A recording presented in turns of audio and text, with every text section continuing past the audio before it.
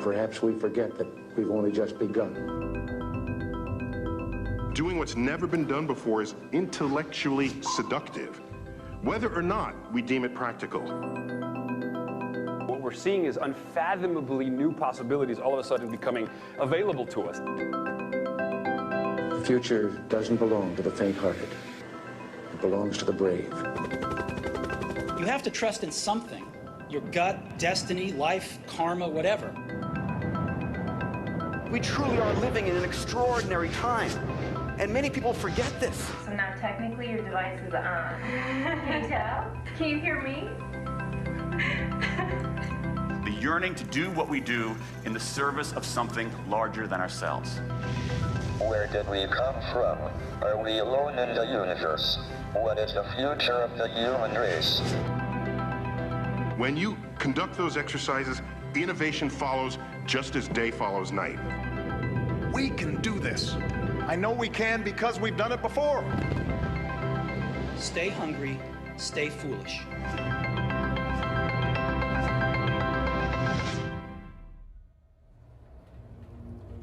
What we're looking for is how everything works. What makes everything work? It has to do with curiosity. It has to do with people wondering what makes something do something. There's a way of looking anew, as if you never saw it before, for the first time, and asking questions about it as if you were different. And then to discover that if you try to get answers, that they're related to each other. And things that make the wind make the waves. And the motion of water is like the motion of air, is like the motion of sand. Things have common features. Turns out more and more universal. It's almost unbelievable.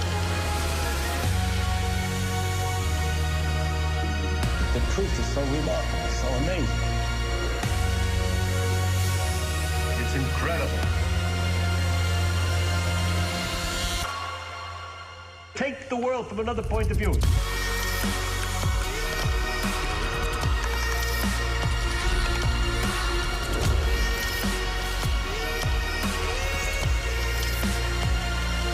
curiosity.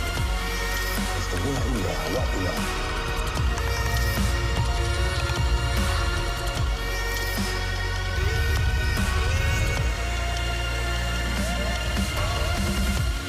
Just like a runner gets a kick out of sweating, I get a kick out of thinking. I can't stop. It's curiosity.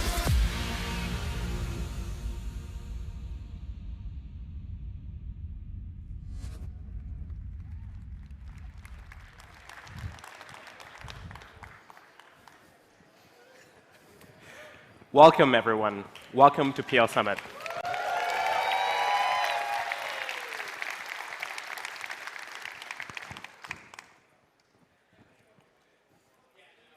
Getting ahead.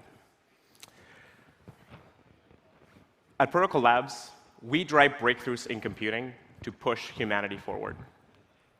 Today, we'll talk about vision, we'll talk about our impact, we'll talk about the network. And in this vision section, I want to describe what we mean by push humanity forward. Whenever we say that, what are we talking about concretely? I also want to talk about the what behind that push humanity forward. What are the kinds of projects, the kinds of ways that our network is having an impact in the world? And I want to finish with a discussion about how we approach this. How is it that we're building that kind of impact? What is unique about our system? What is unique about our network? Why we think that we can cause some impact in this set of projects that other groups can't. To set the context, over the last few hundred years, we've seen massive global improvement across most features of the human condition. Most ways that we measure it, humanity is just getting drastically better off. Now, at the same time, we have encountered a series of existential risks. we now have the capability of destroying ourselves and other forms of life on the planet. There's a massive set of extinction events happening, and we are encountering a range of problems that may mean the end of our species. At the same time, this century is a critical moment in our species' history and potentially the history of life. We discovered computing, and we've been integrating computing with our work, with our lives, with ourselves, with our species. And it's unclear exactly where the future will go, but we know, based on the timelines, that most of these extremely impactful moments, the things that sci-fi has long foreseen, will likely happen sometime in this century. At the same time, despite these massive challenges, despite this incredibly difficult century, we have inadequate macro systems that were designed a few centuries ago and are not well equipped to handle problems of this magnitude. Something like climate change is beyond what those systems were designed to address. It's no wonder that our nations haven't succeeded in defeating this problem, because they're not built with the structures to do it. So this is an extremely critical century and is going to require all of our work, all of our focus, and all of our attention on making sure that that amazing global improvement graph continues, that we improve the quality of life for all of humanity, that we stop and hopefully unwind that massive extinction set and climate change and so on, and that we steward a good transition during this century to try and make sure that that ends up with a much better future for all beings. Now, humanity has enormous long-term potential. We're talking, when you think about our cosmic position, we're in the 4 billion year mark of a long story to get here, and that's only if you count life. If you think about the entire span of our universe, 14 billion years. We spent a very long time together getting to this moment. And what we do today, what we do in this small century, is going to have massive impact for the future of our species and for the future of our galaxy. And who knows, maybe in the future we'll figure out how to go around the speed of light, and maybe it'll be an impact to galaxies beyond. So your life and your time period is extremely special, so use it wisely. Now, for us, for many of us in the Protocol Labs network, what this means is that we must do every year, every decade, every moment, what we can to try and aim for really good outcomes across a variety of systems. Some of them are much more mundane. I just talked about galactic level impact. However, things like securing the internet and establishing digital human rights today, this decade, can have that level of impact. These things tend to compound. Think about the importance of the printing press. Think about the importance of writing, of language. Those structures radically altered the future of our species, of life on this planet, of our entire history. So in the last 80 years, computing has transformed our species. Superpowers now sit on our pockets, they sit on our desktops, they sit integrated in a vast array around the world. Decade over decade, there's been this tremendous, relentless improvement. Billions of humans and trillions of computers now work deeply integrated. Most human activity, in some way, is mediated by the internet and these superpowers in our pockets. The internet is constantly granting us new superpowers, and the key piece of that is that it's an open and permissionless network where any human, any group, can get together, create, envision, and foresee a superpower, translate that into some code, ship it out to everyone else in the world, and the entire species patches up and upgrades. It's an amazing, amazing invention. And a lot of the benefits that we see today in the last 20 years are thanks to this open, permissionless network. Without this kind of openness, it probably wouldn't have worked this way. Now, at the same time, the infrastructure that we're building, this computing system, is giving a lot of power to a few groups. We've talked a lot about corporate surveillance and so on in the last 10 years. But what I'm particularly worried about is state surveillance. There's already mass surveillance going on at the same time. However, we have not yet seen what's possible. Orwell famously described this tremendously dark world in 1984, but I think that was child's play. The kind of 1984 vision of the future does not at all factor in the kind of control systems that you can put in place today. Not in the future, not in 10, 20 years, today, using today's technology. Already we're seeing these kinds of systems being played around with across the world. This is not just in a far-off place, it's probably in your country. And if they work really well, and they'll start spreading and exporting to other nations. And this is a very, very pernicious system that over time will ratchet up into something potentially really bad. And the concern is one of these. It's at every point in time, the people that are building these things are trying to do a really good thing. They're trying to help secure systems, and they're trying to help secure society. Because they know the damage and the dangers that come when safety is not carefully considered. However, it's never about the current administration. It's always about who's going to inherit in the future that set of powerful capabilities. Don't build extremely powerful technology that you wouldn't want the worst groups on the planet taking control over. So it's extremely critical that we build the structures to prevent this kind of mass social control in the future. Now, this is where Web3 comes in. Web3 brings verifiability to interactions across the internet. It makes sure that we embed cryptographic requirements in most interactions across the network. And I'm not talking about kind of like the ownership thing. Like that's been, I think that's a kind of passing moment thing about Web3, because property rights are pretty interesting and pretty cool to have on the network. However, what's much more important, much more deep, is to bring verifiability, to make these systems trustable for everybody, because you have hard mathematical and cryptographic and economic guarantees about their operation. You don't have to trust that some contract is going to be respected. You need a communications infrastructure that respects you, a communications infrastructure that puts the data in your control, and that isn't going to just take everything you've ever said and later on, in 10, 20 years in the future, punish you for it because of some like massive shift in what has become acceptable. That's what we're talking about. If you think this is like super crazy, just go back to read about what happened in 1930, in 1940, in 1950, and 1960. That entire period has many concrete examples of what happens when different administrations take control of people's social communications. Now, a number of us wrote up these Web3 values a while back, and we think that they're potentially extremely important. We're not sure whether these will actually yield a really good digital society, but it's a good start. And a lot of these values can be enshrined as digital rights by building secure systems.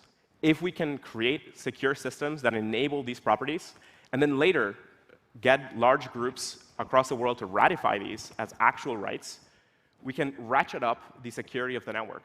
We can build and improve our communication systems to get to a much better spot. Now, a lot of our projects across the network work on a variety of these values, and they're trying to establish that kind of operation, that kind of system. Actually, in reality, hundreds of logos would probably appear on this page. So lots of the faces around this room are working on specific systems in these areas. Now, it's going to take all of us. It's going to take all of our projects, all of our systems integrating well, and delivering an extremely good user experience. Computing doesn't upgrade because something is more important to do. Computing tends to upgrade when it's more convenient, easier, funner, and so on. Remember that early on, like the internet was for cat videos, right? So if you want the world to ratchet up into a better system, you have to make it drastically easier to use. You have to make it more convenient. Users will not select privacy. Users will not select security. Users will select convenience and fun. Now, oftentimes people dismiss the requirements, but it's important that you think about your superpowers as riding on top of a massive scale international computing infrastructure that's run by a set of corporations. So the application stack and the personal computing devices, those end up being manufactured and controlled by various different groups. There's probably a problem there in terms of the number of manufacturers for computing devices. We probably need a lot more groups to do that. However, it's extremely difficult. Now, the layers below are actually pretty good. When you think about the openness of the internet and the openness of the networks, that's working quite well. The problem sits below. The way that the internet is steered today is through a series of contracts, terms of service, services and the action of various corporations and courts around the world. Those contracts can change very easily. Those courts can decide things in the future that are different from the past. So what we need to really upgrade our systems is to create a layer that won't change, that has hard requirements for change, that has a much stronger foundation. We want math, cryptography, and economics to underlie the structure of the internet, to underlie the security of our communications network, and to guarantee your future access to these communication systems. If any of you have been in, I think most of you have not been in a country that suddenly overnight disabled the internet, but more and more people every day are encountering that kind of experience, and it could happen anywhere.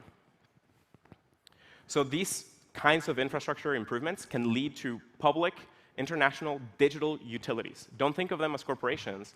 Think of them as a utility that is there for the benefit of all, for the benefit of all of humanity, not run by any one group, but run by the math, by the cryptography, and by the economics behind them. Through that, we can establish these digital human rights. And from there, we should get them ratified.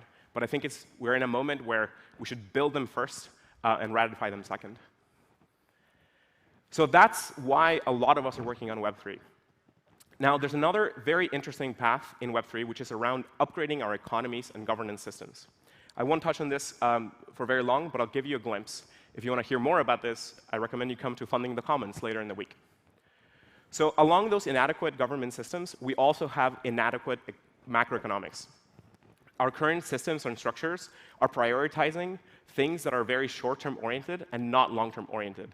Most of the valuations of systems tend to be in a very short time span, and they're undervaluing the importance of the future. Today, things like Tesla and SpaceX were completely irrational to start back in, earlier in the early 2000s.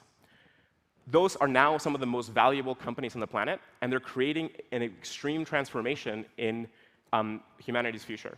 Think of the electric car transition is in a great way due to Tesla, and the fact that we're actually quite close to getting to being multiplanetary is thanks to SpaceX. But those two companies seemed completely irrational at the beginning. And that's because they're extremely risky, they're extremely hard. It doesn't mean they're not valuable. And when you think about their economic success, it's very clear that they were going to be super profitable in the future. So what's going on? The problem is in how our macro systems are valuing these kinds of risks and in how they're valuing those kinds of payoffs. So the problem is in the core. There's another story like that. Early in the story of nuclear, there was this kind of set of assessments around fusion and how much it was going to cost. And all of those projections were never delivered. So the reason we don't have fusion today is because governments couldn't pony up the massive capital expenses that it required. Now, in reality, that expense was smaller than many other things governments were spending on. So it was extremely short-sighted. It was, again, one of these problems that after the Cold War kind of waned to some extent, people were no longer investing in this kind of far-reaching thinking. Now, when you think about all of the budget for fusion and you compare it to modern-day digital home entertainment, we as consumers are paying dramatically more for home movies than fusion. And so we're being extremely short-sighted. But what's happening is that we lack the structures to be able to invest in our future. We don't have a way to, as a species, as humans, as individuals and groups, be able to invest in that long-term future. That's a problem in our economics, and we need to fix it. The good news is we have cryptoeconomics today. You don't have to go and create new types of structures and so on in an extremely difficult way. You can build them out of smart contracts, deploy them to these networks, and scale them. And that's extremely, extremely promising. It means that you can build totally new economic primitives, totally new ways of organizing large groups and organizing industries out of smart contracts. That's an extremely interesting way of upgrading these kinds of problems. So I'm a strong believer in the potential here. I think that this is one of those things that is early today. I think my sense around all of the economic primitives that are being explored is that it is as impactful as crypto itself, meaning when Web3 was first starting, when the first blockchains were appearing, it feels a lot like the new primitives that are being talked about today. So I'm really hopeful that in the next 5, 10 years, we're going to be able to experiment with a lot of new structures and scale. And we designed a lot of the structures around Protocol Labs itself with this in mind. Now, again, I encourage you to check out Funding the Commons and other groups for this. A couple of small plugs. One is on, there's a very interesting set of financial primitives for doing climate change correction. Being able to decarbonize the planet will likely come from the legibility that Web3 gives us. It gives us the ability to create many more and more interesting and verifiable financial instruments for causing improvement. And there's also groups experimenting with full retroactive impact markets, where you're able to create impact markets for actually having significant positive impact on certain goals. So all of this is super interesting.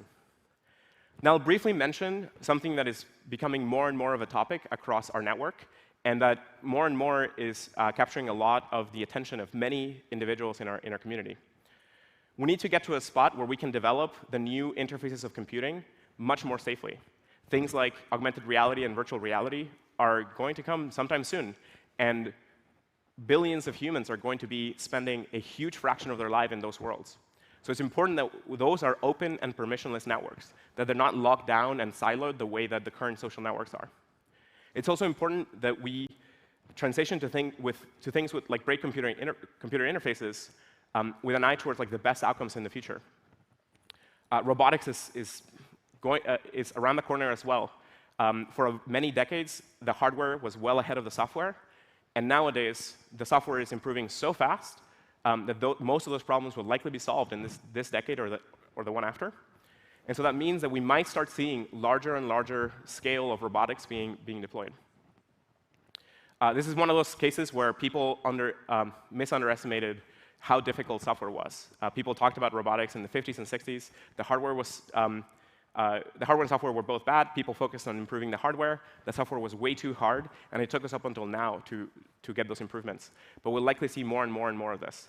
Kind of like nightmare fuel type of thing is go watch the really fun and happy videos about like all the robots dancing and so on. It's like both really promising because those things could be extremely useful to save lives around the world. But like any kind of dual-use technology, worry about what misuses might happen in the future and build those technologies with safety mechanisms to prevent those kinds of problems. Now, the big ones. The timelines are extremely unclear, and what some of us do is to try and update based on latest evidence and so on. In the past, I used to have like the two diagrams flipped here. I used to have BCI coming sooner than AGI. That has changed in the last 5 years. The improvements in AI are extremely significant, and most experts that are following and tracking the requirements for building something like an AGI have now updated their assessments. And the kind of like scary thing there is most groups think about something like AGI being possible between 5 and 15 years. That is an extremely short timeline.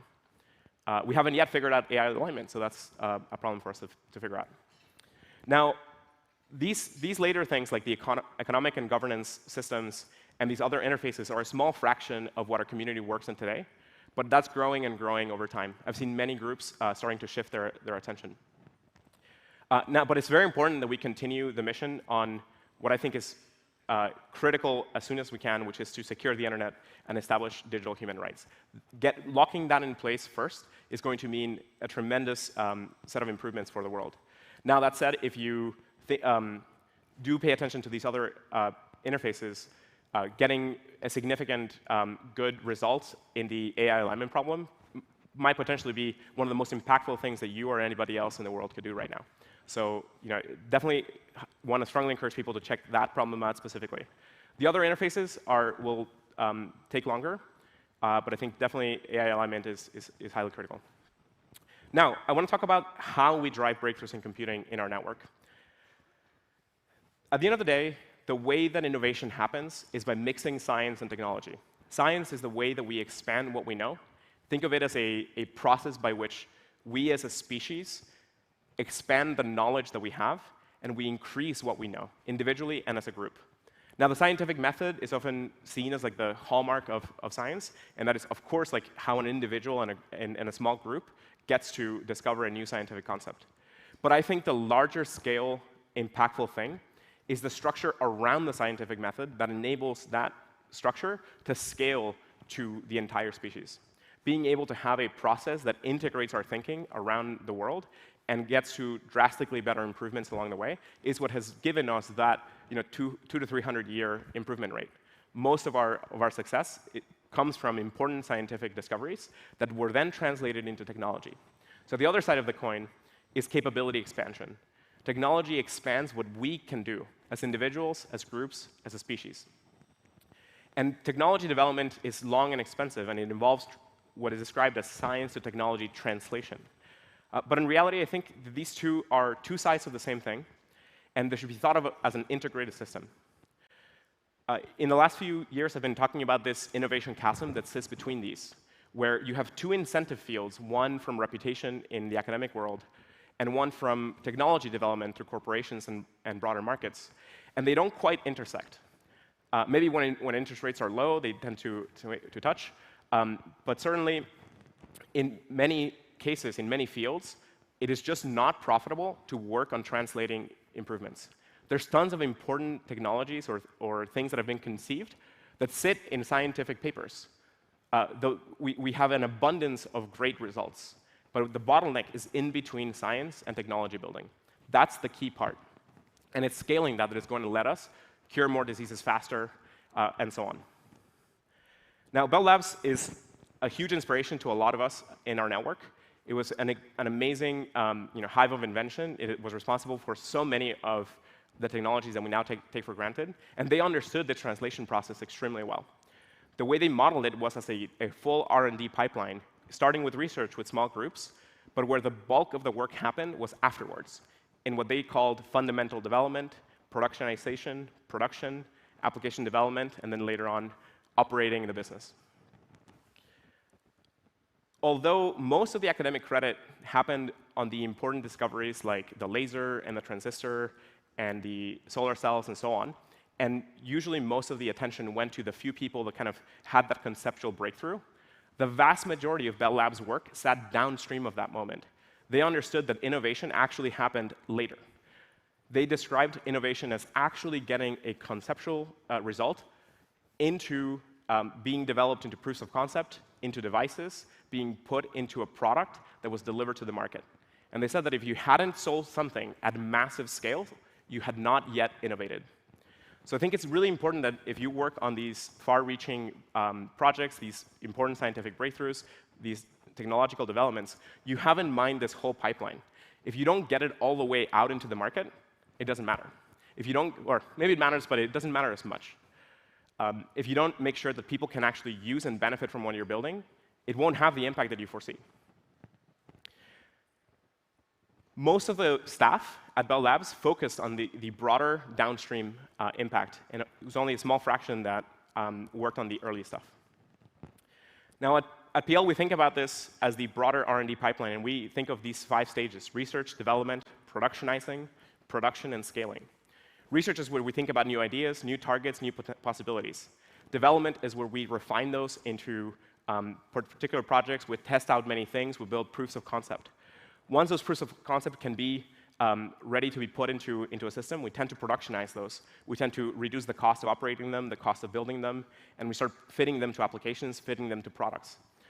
Once we're able to turn that into a project that people can use, we get to making a thing that finally people can download and use or use over the internet or something, and that's kind of production. From there, once you have released it to the world, you start an adoption loop and you get to scaling. Now, when you sort of overimpose the innovation chasm, think of the realm of startups as kind of in the last part of productionizing and getting to production and scaling. When you think about an early stage startup, they're kind of in the productionizing phase. You will hear many VCs talk about how they don't fund research projects. And what they mean is they don't fund research or like that early fundamental development. The word development is tricky here because it could apply to everything, right? So we're really talking about this kind of in-between spot where it's very difficult to go from conceptual breakthrough to something that's going to fit into a product. That's where there's very few projects and very few teams working, and where there's the lowest incentives to work. One other important piece here is that it is not a linear thing where one project turns into scale. In reality, one single idea will yield many possible paths, many different projects, many approaches, and of those, only one of them often will end up working out. From there, you try to productionize in a variety of ways, and only one of those will tend to work, or a few. And then once you have many attempts, there will usually be something like 5 to 20 startups working around the same idea, and eventually 1 or 2 will win. So this is a pretty large pipeline that involves tens to hundreds of teams working on the same idea across a 10 to 15-year time span. So when you think about large-scale R&D, what the world will benefit from is a large open network that enables as many groups as possible to give it a shot. What we benefit from is going from ideas to production as fast as we can. And the current IP structures, the current ways in which groups and companies tend to operate, they tend to try and hold back other groups from trying the same thing. And that's a mistake. What we want as a group is we all benefit, game theoretically, from speeding up the pipeline. So we should be thinking about new structures and new ways of accelerating this. New forms of IP that are more open source amenable. New funding structures that can come into the pipeline here. So the last thing is, how do we accelerate this R&D with an innovation network? I tend to describe PL as a large-scale innovation network that relies on open source. And though open source has been with us for a long time, we've always been kind of struggling between this kind of like alphabet model, which is kind of like one company directing things, versus the YC model, which is a more open network built on investing. And of course, the crypto network model, where you have a fully open structure. And this, a couple of years ago, I put this slide together comparing these, and these are back of the envelope figures, so most of them are probably wrong now and shifted. But what's extremely salient is that, to me, was that YC has had a dramatically larger impact on research and development, on extremely hard tech and bio and so on, that Alphabet and X and so on hasn't. YC was started as a SaaS accelerator and eventually opened up to support and help grow tons of other organizations and companies. But the fundamental difference was the approach in the structure. The way in which it helped and supported groups made the whole difference.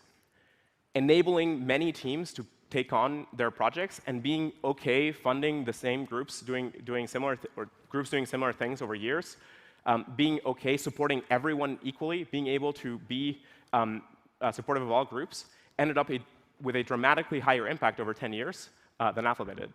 So this is extremely promising and has been super inspiring to us in how we think about broader R&D. So that's the R&D pipeline. Now, one final thought about VC. The VC model is extremely profitable. And the key thing here is that it's able to invest in early-stage startups that have 100 to 1,000x returns as those startups turn into companies. Now, everyone famously talks about how this portfolio approach is extremely risky, right? Like, you have to invest in hundreds or thousands of companies for a few of them to really have those big results. If you can do this well, you can scale this and make it an extremely profitable structure that you can then bring in to fund the early-stage R&D. Now, as I talked about before, the most successful and valuable long-term companies actually start way earlier than most VCs invest. So the earlier stage stuff, things like SpaceX and Tesla, are much more valuable long-term. Things like, say, Bitcoin or Ethereum early on were like that. But those systems are way riskier and much more complex. So you have to change the approach. The current VC model doesn't actually work for that early R&D. It's way too risky and way too long-term. The VC model thinks about 10 years.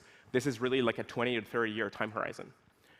So the way that we're thinking about PL in the future is to be able to take this innovative loop around VC with startups and be able to flow the cash model into those earlier stage projects to be able to reduce the risk of those areas and make those kinds of things highly profitable. Now, of course, we want to do this in a highly open source environment where as many groups as possible can help each other. And one of the super exciting things here is that with crypto, we might be able to think of new innovative IP structures to help get everybody to open source, even when they're working on super early stage R&D stuff that is extremely expensive. Now, concluding, PL is this innovation network with a full R&D pipeline. We have a world-class community. We're very open source. And we have this crypto and VC business model that enables us to create, support, and grow projects so that we can drive breakthroughs in computing and push humanity forward. Thank you.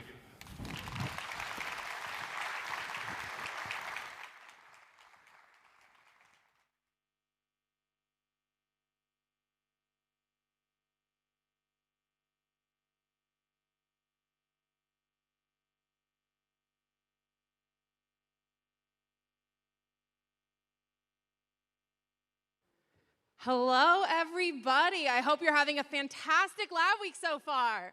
It's good?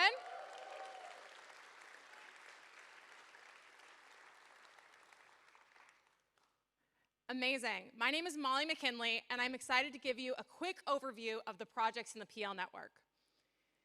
Protocol Labs is an innovation network that starts, supports, and grows breakthrough computing projects at the foundations of the internet. These projects power a thriving network of companies and teams across the PL network, working on everything from decentralized storage to private offline collaboration to Web3 content creator networks. We'll hear deep dives on IPFS and Filecoin in a minute, but first I want to highlight 3 other projects at the foundations of Web3 innovation and development. libp2p is the modular networking stack of Web3, used by many blockchain networks and peer-to-peer applications for content discovery and routing. This year, libp2p-powered networks have grown massively. libp2p is now powering over 300,000 IPFS nodes, 4,600 Filecoin storage providers, 5,500 Ethereum 2 consensus clients, powering over 450,000 validators, and 112,000 parachain nodes across the Polkadot ecosystem. TestGround provides large-scale interop and regression testing for peer-to-peer networks. It has been critical for debugging and improving the IPFS Kademlia DHT implementation through 100,000 node simulations, and it now runs automatic integration and regression tests on each new PR in Rust and Go libp2p. Support for automated browser testing with JS libp2p is coming soon, thanks to Little Bear Labs. Finally, DRAND is the distributed randomness service that powers Filecoin with verifiable, unpredictable random numbers.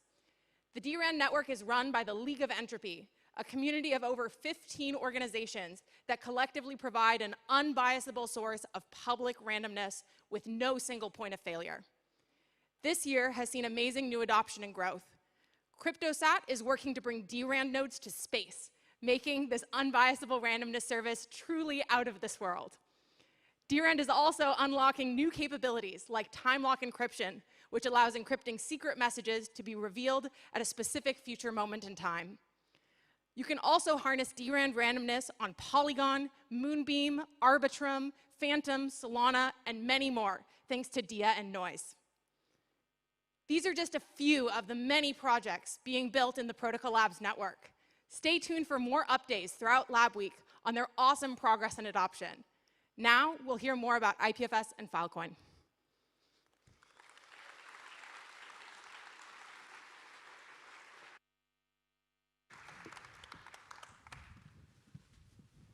Hello. It's my pleasure and an honor to talk to you with Mosh about IPFS today. IPFS is the content distribution layer for Web3 and the future of the web platform. With a storied history of serving critical use cases and seeing continuous adoption over the last 7 years, today, IPFS is solving problems a way that no other protocol can, from live video to private messaging to, let's be honest, serving almost all of the NFTs.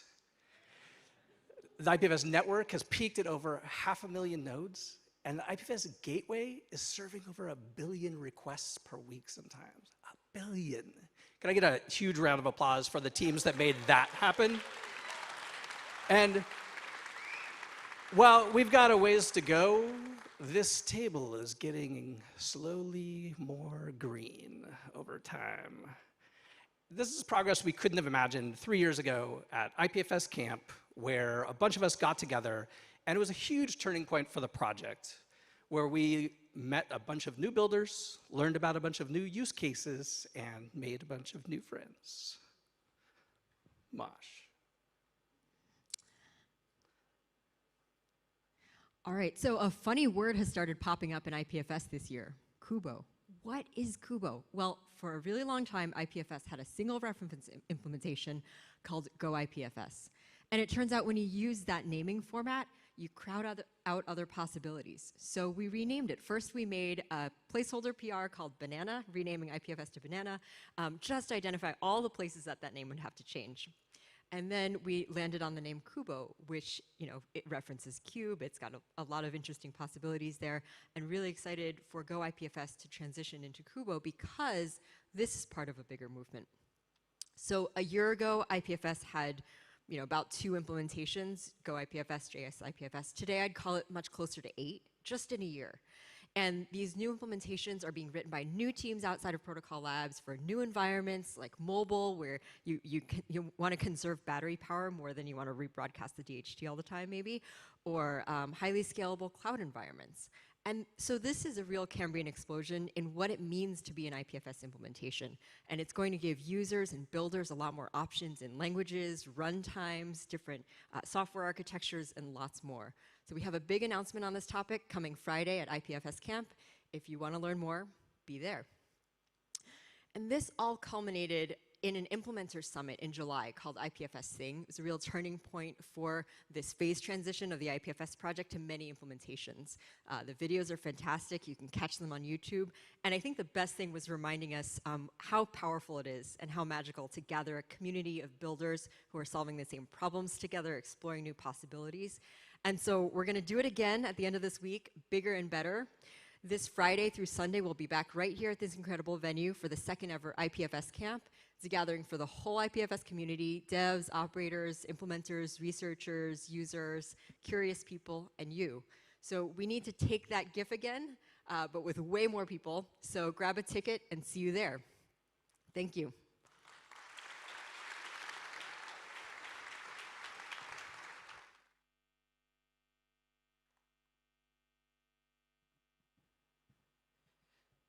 Hello, everyone.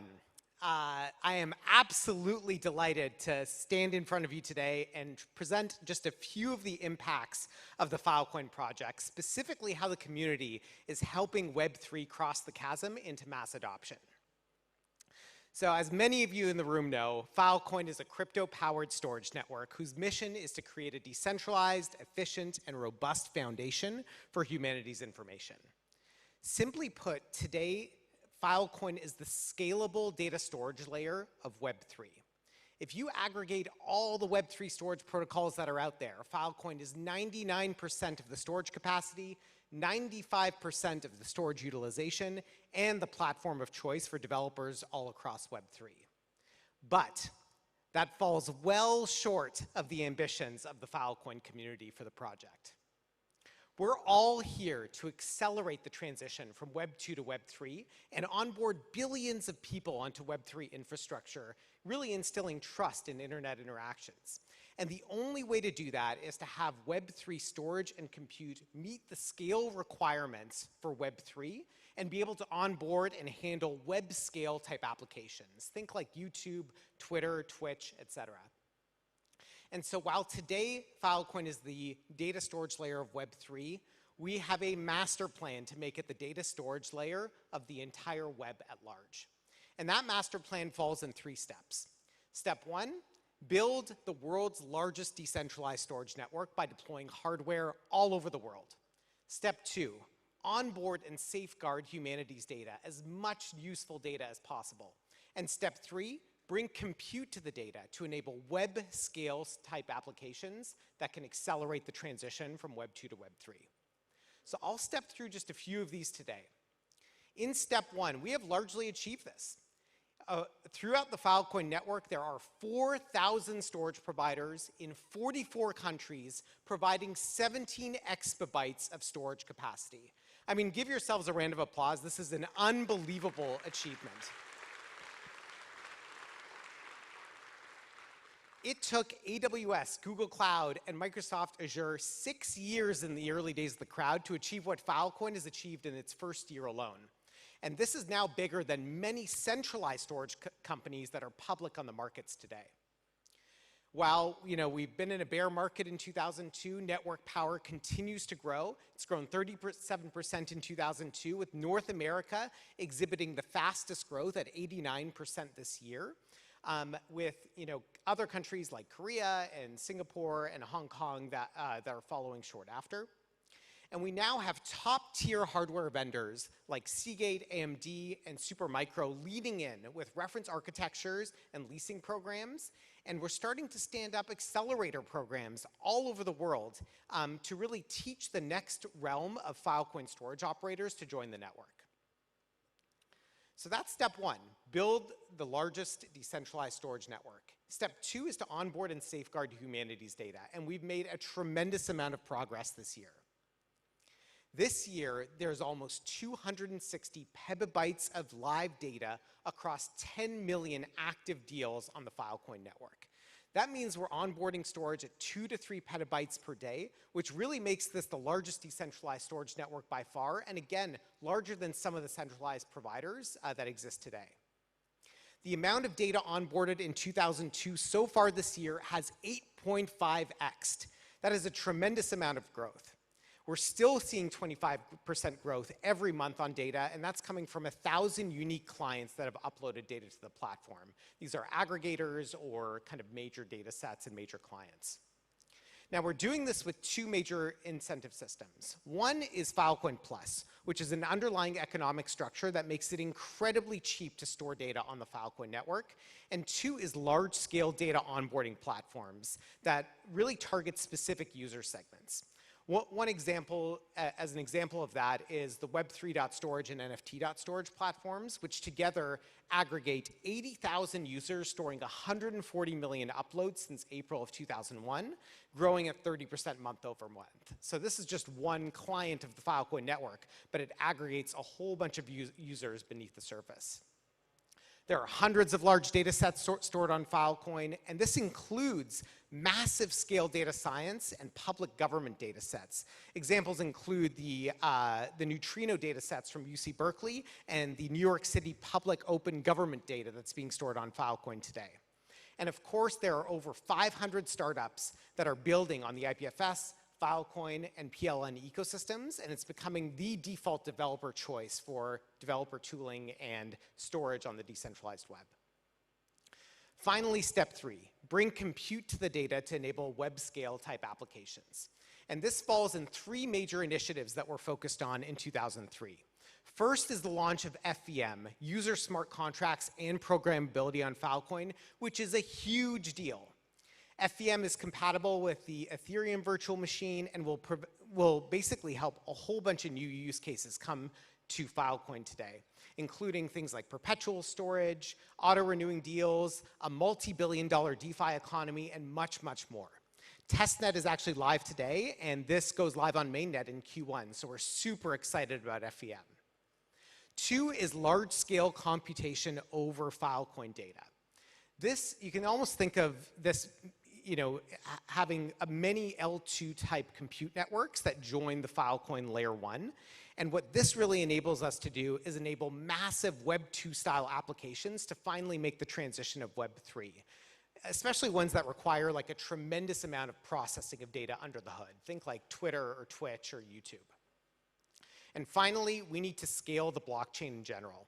Hierarchical consensus is a major consensus breakthrough that's coming in 2023, and that really enables us to move from hundreds of transactions per second to billions or even trillions of transactions per second over time.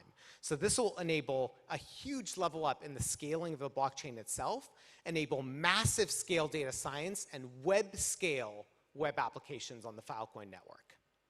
So that is the Filecoin master plan. Onboard, build the world's largest decentralized storage network, onboard and safeguard humanity's data, and bring compute to the data to enable web scale applications. Today, Filecoin is the scalable data storage layer of Web 3. But together as a community, we're making it the scalable data storage layer of the web at large. Thank you very much.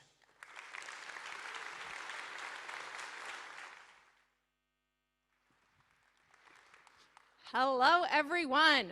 I'm excited to dig into the deep research and development work at the heart of PL's computing breakthroughs. Innovation in the PL network spans the research and development pipeline and helps grow many early research projects into full-fledged production networks. There are a number of projects in the PL network in early to mid research stages, where ideas are being developed and de-risked, building into open testnets and nascent new networks. Projects graduate from research into active development, launching alpha releases and attracting early adopters. The Protocol Labs network also has many products in the active productionization phase, gaining their first 100,000 users and iterating on their development success. And finally, a number of PL network projects have reached active production with millions of users and scalable business models. As you can see, there are a ton of projects actively crossing the research and development chasm thanks to the PL network. We're going to deep dive into a number of these R&D breakthroughs in a moment, but first, I want to give a quick overview of a few other breakthroughs actively crossing the chasm. Lurk is a Turing-complete programming language for ZK snarks. This Lisp-like programming language allows verifiable computation over private data, or in zero knowledge, so you can unlock distributed computation without sacrificing privacy. Zama brings fully homomorphic encryption to Web 2 and Web 3 networks, enabling compute over data to generate insights and power personalized applications without ever decrypting private data. Bacalhau is a decentralized compute over data network where each node participates in executing computing jobs submitted to the cluster. Bacalhau enables users to run arbitrary Docker containers and WASM images against data stored in IPFS and Filecoin. Verifiable delay functions are cryptographic primitives that allow efficient and trustworthy time management, measurement, and verification. The VDF Alliance is now sending its first VDF ASICs into production, shipping later this year. Now to dive deeper into all of the research breakthroughs and vector commitments.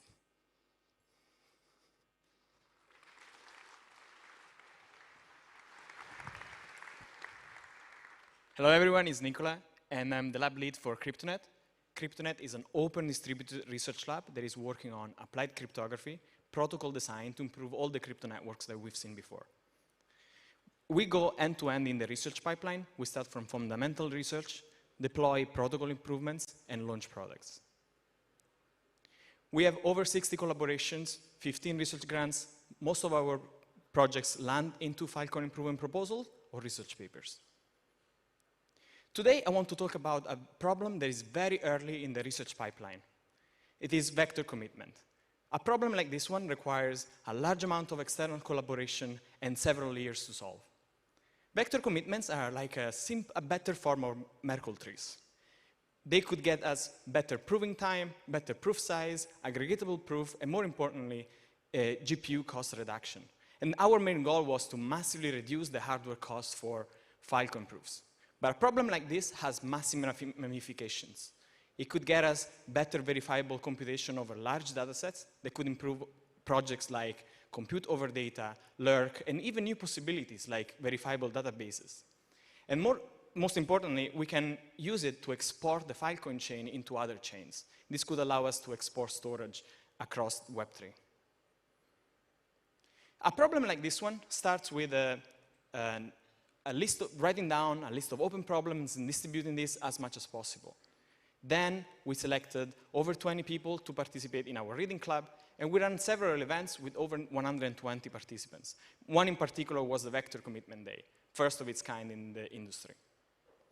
Finally, we award research grants, which were very successful, and we work with several collaborators, amongst which the Ethereum Foundation, and we work on several attempts before coming up with the final solutions. We had 5 different vector commitments that unfortunately were not practical. We even found an impossibility result that told us that there were paths that we cannot take.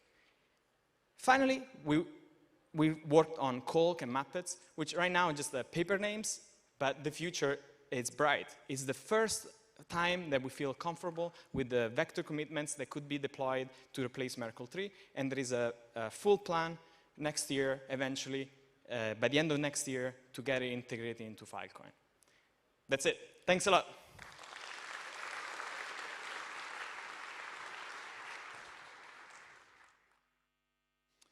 Hello, everyone. I'm going to talk about ConsensusLab and its flagship project, Interplanetary Consensus. So ConsensusLab is one of the newest groups in ResDev formed like 15 months ago. And our goal is basically what we research is any problem that's related to consistency, availability, trade-offs between them that arise in distributed computing apply to essentially blockchains and decentralized world. This is what we research. And our focus is on consensus, for example, total order broadcast. So why is this important? It's because consensus is the bottleneck of decentralized computing and blockchains. So if you think about Bitcoin, it has limited throughput, let's say 7 transactions per second. Ethereum is slightly better. But whatever consensus protocol you put, and it's dependent on their consensus protocol, whatever consensus protocol, ideal one you come up with, is going to be a bottleneck at some point if it runs over every validator and every validator executes every transaction. So it's easy to see, right? And essentially, if we want to bring whole Web 2 to Web 3, we need something else. We need horizontal scaling, and we need improving these consensus protocols while we essentially retain decentralization of security of these robust protocols that are slow. So this is what we are researching, essentially. So these are some Web3 requirements. So we are aiming to go to billions or trillions transactions per second. We need to be careful about latency. So it's a bunch of trade-offs here, right? And we want eventually to also be secure against nation-state attackers. So we have many conflicting requirements here that we are trying to research, right? One of them is this horizontal scalability and demand-based throughput. And this is what we addressed in our flagship project, which is Interplanetary Consensus. So these are like roughly 3 areas that we focus on. So horizontal scaling, efficient subnet consensus, and parallel execution of smart contract. And we are focusing on FVM for clear reasons. So how does IPC work in a nutshell?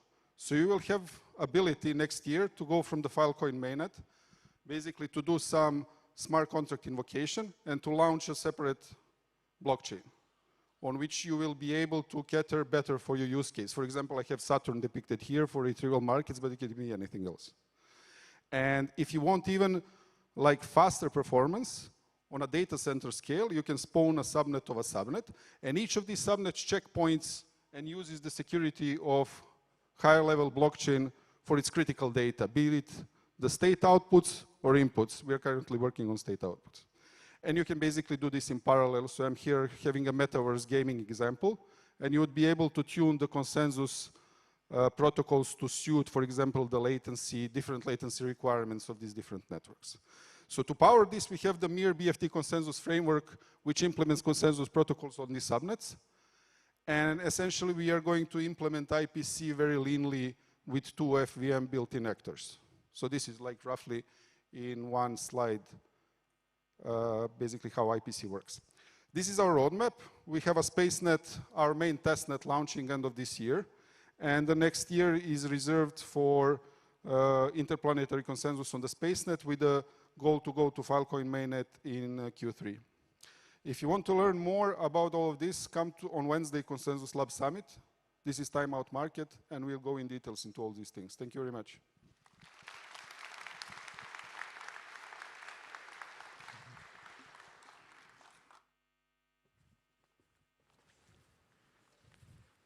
All right, hello everyone. My name is Raul, and I'll be talking about the Filecoin virtual machine. So by this stage, you will have heard about the FEM, but for those who haven't, just to recap, the FEM project delivers on-chain programmability to the Filecoin network. This is a big deal because it enables developers for the first time to customize what the Filecoin network can do for its users, besides storage and retrieval. For the first time, developers get to build not with Filecoin, but on Filecoin as a platform. And these are just some of the apps and use cases that I'm particularly very excited about. Data DAOs, liquid staking, under collateralized lending, decentralized compute, and a lot more is possible with the FEM. On the technical front, when we conceived the FEM, we envisioned a system that could host multiple runtimes and serve as a seamless conductor between them. We drew inspiration from hypervisors, the actor model, and the Linux kernel. So this is what the FEM looks like today. It is based on WebAssembly. It can power multiple runtimes like the EVM, Secure ECMAScript, and more. Each actor runs in isolation and can escape its sandbox through syscalls, inspired by the Linux model. All data managed and exchanged is IPLD data. And it supports foreign addressing and foreign signature schemes. It also performs gas accounting and execution halt by instrumenting the WASM bytecode. We expect many of these ideas will actually make it onto IPVM, which you'll hear about in a few minutes. Now, shipping the FVM itself is a hard engineering endeavor, as it transforms the entire execution layer of the Filecoin network. This is why we're delivering the FVM in stages. Earlier in July, the SCUR upgrade activated in Filecoin mainnet. Yes, you heard it right. The FVM is already powering mainnet as of today. But it is not programmable yet. And this is what we're working on. We're working on programmability in the M2.1 milestone. The first runtime we're shipping is the Filecoin EVM. We also call it FEVM. This requires deep protocol developments, like a whole new address class, account abstraction, and on-chain events. We've implemented the Ethereum JSON RPC API in Lotus, which makes all of the Ethereum tooling compatible with Filecoin immediately. This allows Filecoin to meet existing Web3 developers where they are today. You can reuse all your existing knowledge of languages like Solidity and Yule, libraries like Web3.js and Ethers, and awesome tools like Truffle, Hardhat, Foundry, and Remix. The Wallaby testnet is our bleeding edge testnet, and it is already live, so you can start building on it today. We will be running several hackathons in November, and the FEVM itself should reach mainnet by February next year. At that point, we will move our focus to WASM actors and further protocol improvements. Oh, and guess what? Just before we arrived to Lisbon, we shipped a major release to the Wallaby testnet, and we conducted our first ever MetaMask transaction. Thank you. So if you're excited to build on FEVM, you should join the FEM Foundry by following this link. There are more than 100 teams and builders that have registered, and we're excited to have you too. And these are just some of the things that past early builders have already built. SDKs in Go, assembly script in Rust, as well as playgrounds to get started quickly. Here's what early builders are building today. Some open opportunities and some open protocol problems. So if you see if any of these actually catches your attention, come speak to us. Most of the FEM team is actually here on site. These are our faces. So come find us and say hi. And before I go, I'd like to invite you to the FEM Open Hack Day, which is happening on the 29th of November at Garagem in Jardim 9 de Abril. We hope to see you there. Thank you very much.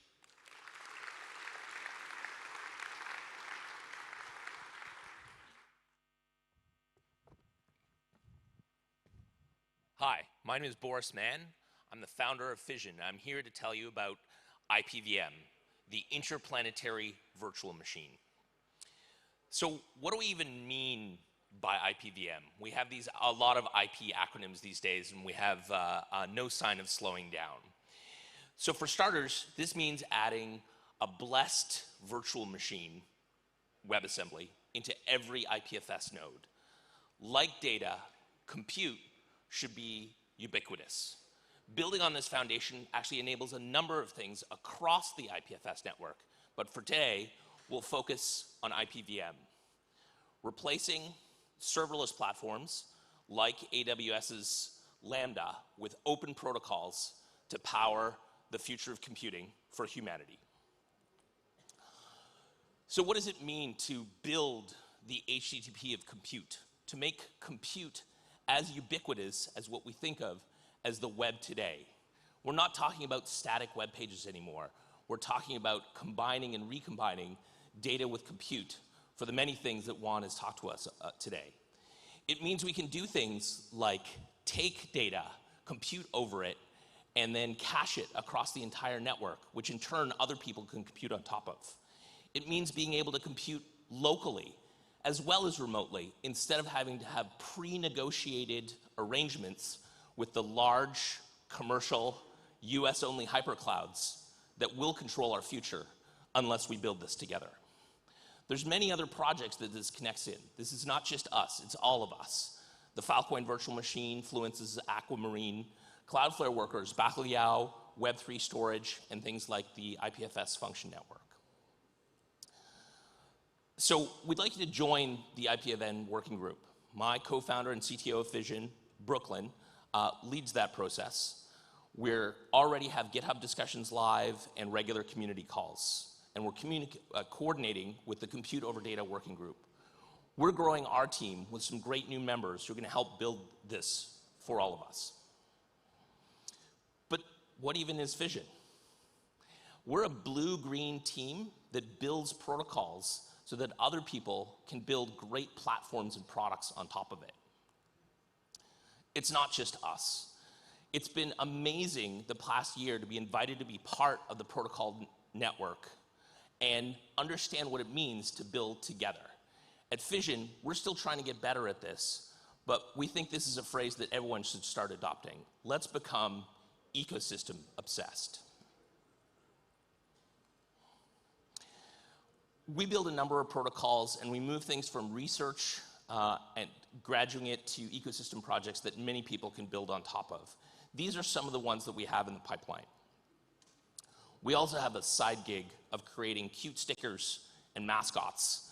So feel free to drop by and get some for me during this week. There's amazing folks that are already building on top of this, both within the PLN and beyond it. You'll hear more later in this presentation how Web3 storage is adopting UCAN, and we hope it can spread everywhere, connecting our ecosystem better. Web native is what Fission takes to mean that any front-end developer can take this stack and build on top of IPFS today. We've got a number of things in active development. Today you've heard about the IPFM working group, and we're also having sessions later this week about the Filecoin account working group and private data on Filecoin built by these lower level protocols. One last thing. I'd like to invite you all to our first conference on the future of computing. Causal Islands will take place in Toronto in April 2023. I hope to see you there.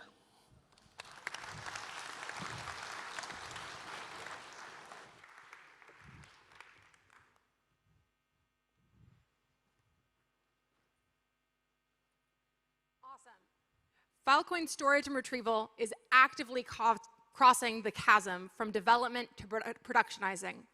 In 2022, we shipped a number of new products to help solidify the full life cycle from data onboarding to retrieval.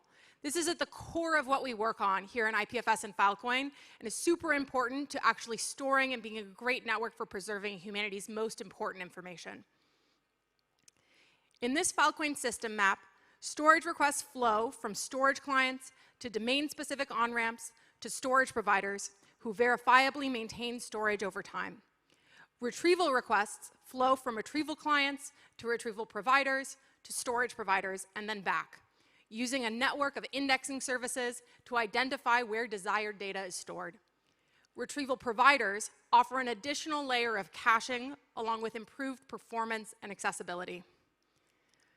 Let's dive into this flow, starting with the on-ramps. NFT.storage is a simple developer on-ramp for NFT creators, now supporting over 95 million NFTs, 275 terabytes of data stored in Filecoin, and NFT marketplaces like OpenSea, Magic Eden, and Rarible. Moving on to the storage provider section, Boost is the new Filecoin Markets node and shipped earlier this year in May. It's scaling data onboarding for storage providers and also adding new retrieval transports, including HTTP and now BitSwap, to support easy retrieval via IPFS clients like Kubo. Moving on to the next section around indexing, the network indexer ingests billions of CIDs every week from over 120 Filecoin storage providers and large-scale IPFS pinning services. There are currently 6 independent indexer mirrors providing accelerated routing lookups to both IPFS and Filecoin content discovery. Retrieval providers have seen the most innovation in 2022. The IPFS Gateway added integrations with network indexers and Boost for fast lookup and retrievals across Filecoin storage providers. The IPFS.io gateway has also scaled to over 12 million weekly users and 1.5 billion requests. It's pretty impressive. Saturn is a new Filecoin CDN, already operating 62 L1 testnet nodes with 64 terabytes of data retrieved daily and over 1 billion retrievals every week. Station is a fill worker node that allows putting spare computing resources to work in the Filecoin network to start earning Filecoin. Finally, highlighting the retrieval clients. IPFS and gateway-powered browsers like Brave, Chrome, Firefox, and more connect end users with data on IPFS and Filecoin to make sure we complete the full life cycle from data storage all the way through retrieval. So that's our storage and retrieval lifecycle. There's been a ton of work put into this system, helping connect all of the pieces together and make sure folks can have smooth, robust, and reliable retrievals over time. Next up, let's hear from the amazing startups harnessing these R&D breakthroughs.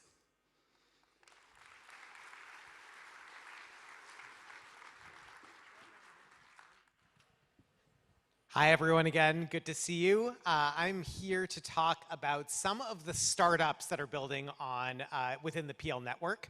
We've worked really hard within the PL network for the network to be the best home for builders to really realize their hopes and dreams and bring their Web3 visions into reality.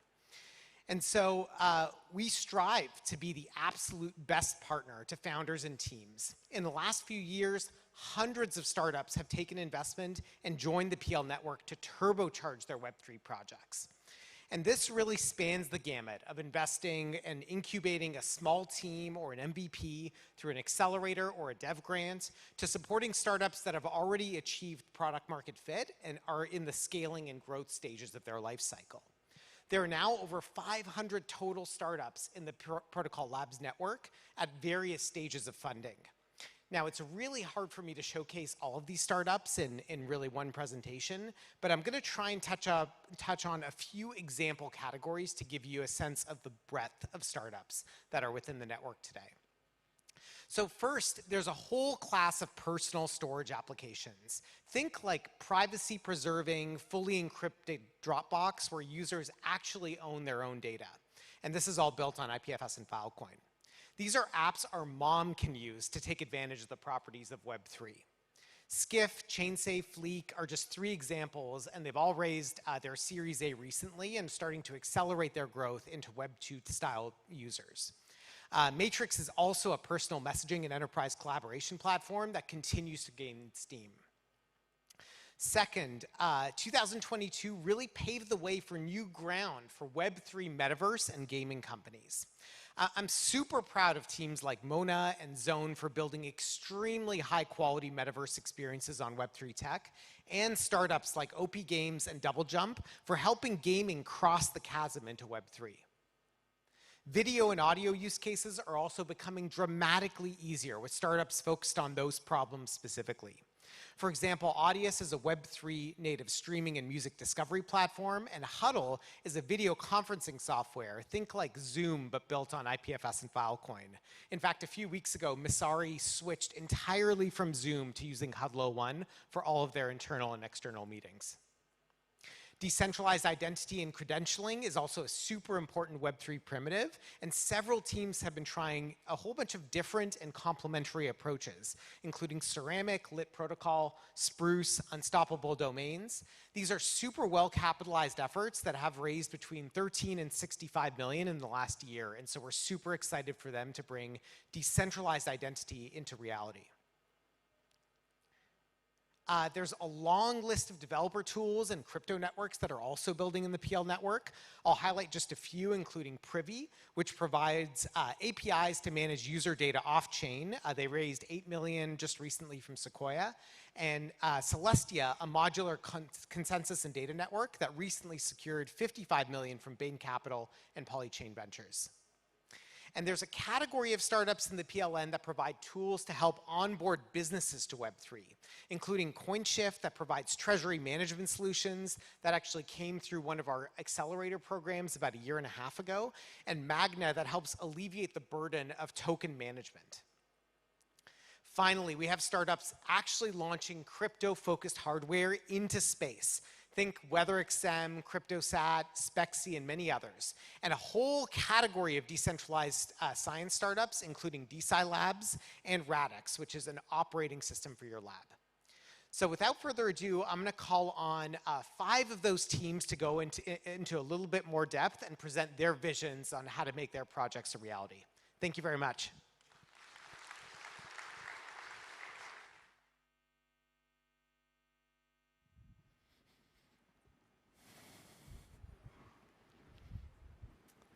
Hello, my name is Manos. I'm the CEO of WeatherXM. In WeatherXM, we're building the fastest growing global weather station network. We launched earlier this year, and we already have 9,000 members in our Discord server and sold more than 5,000 weather stations worldwide. Now, you might think that weather is a solved problem, but in reality, most of the world lacks accurate weather knowledge on past, current, and future conditions. Governments spend billions every year trying to tackle this problem, monitoring and forecasting weather, but weather remains one of the largest challenges of humankind. So new approaches are needed, and inspired by Filecoin and Helium, we adopted their economic ideas. We're utilizing their infrastructure, so we're storing weather on Filecoin and using compute from Filecoin and utilizing the network communication from Helium. And we have designed an economic system where weather station owners are rewarded with our WXM token, and weather customers have to purchase and spend our token in order to use the network data and network services. To support this model, we had to build our own hardware, our own weather stations. Our weather stations are designed for large-scale deployments. They are 10 times more affordable. They are energy and communication autonomous, and they provide cryptographic proof on weather conditions. So our community already benefits from accurate weather forecasts using our mobile app in Android and iPhones. And we have shipped 2,000 stations worldwide, which are connected to our network and send real-time weather data. We're shipping another 3,000 next month, and we are ramping up production to meet the huge demand with a schedule to produce 11,000 by the end of the year. To give you a comparison, NOAA, the US Met Office, is operating 14,000 weather stations. So our goals are to our vision is to build an open Web3 weather infrastructure, and our short-term goals are to ensure the maximum data quality of our network, to improve our forecast accuracy, and to provide weather oracle services to industries that can benefit from moving on-chain, like the weather insurance one. We're 4 people from the team here in Lisbon for the next 2 weeks. Come and find us. We're happy to talk about weather and Web3. Thank you.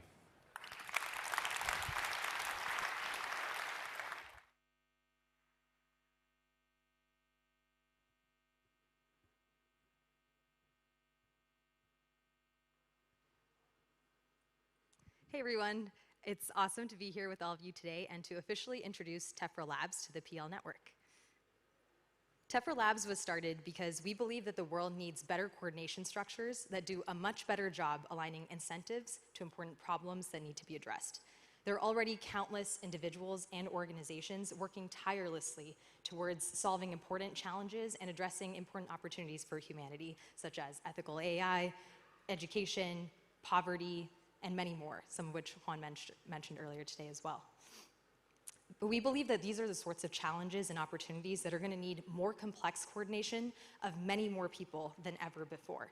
And at Tephra Labs, we want to build some of the critical coordination and support structures that will bring billions of people together and enable them to work with unparalleled autonomy, ownership, and impact. Our first project is Radius, a decentralized talent marketplace powered by an open, user-owned reputation protocol. On the Radius network, people own their own work history and reputation and are able to curate these experiences and take them with them as they move forward into future opportunities as well. They're also naturally incentivized to make sure that their working engagements are successful.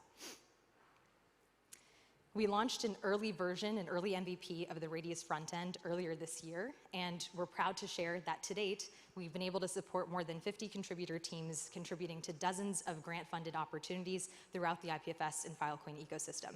Some examples of Radius grantee work includes new software to support petabyte-scale Filecoin clients. Shout out to the Singularity team.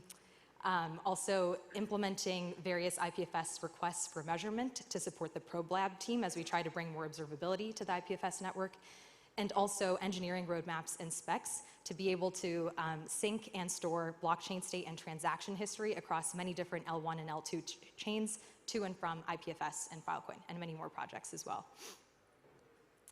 As we look ahead, we're piloting a number of new initiatives to bring new contributors into the PL network and eventually other ecosystems over time. We recently announced the Radius Fellowship, FVM edition, which is a 6-week engineering fellowship to train builders on how to build robust smart contracts with FVM. And next year, we're going to be launching the Radius Reputation Protocol, which will allow builders to curate Web3 native credentials, develop professional profiles and portfolios, and eventually get access to a huge host of new funding opportunities. As we go, we're looking to onboard new ecosystems and also to support developers in building applications on top of the Radius protocol, especially those that need to align talent, capital, and ideas. We're currently a small but mighty team, and we're fortunate to have the support of many incredible advisors, mentors, and collaborators on this journey. And just on a more personal note, I'm personally so humbled to see this network as it's grown over time, to see just all the impact that we're super excited to generate, and just really grateful that Tephra Labs gets to help this network grow as we move forward. Thank you.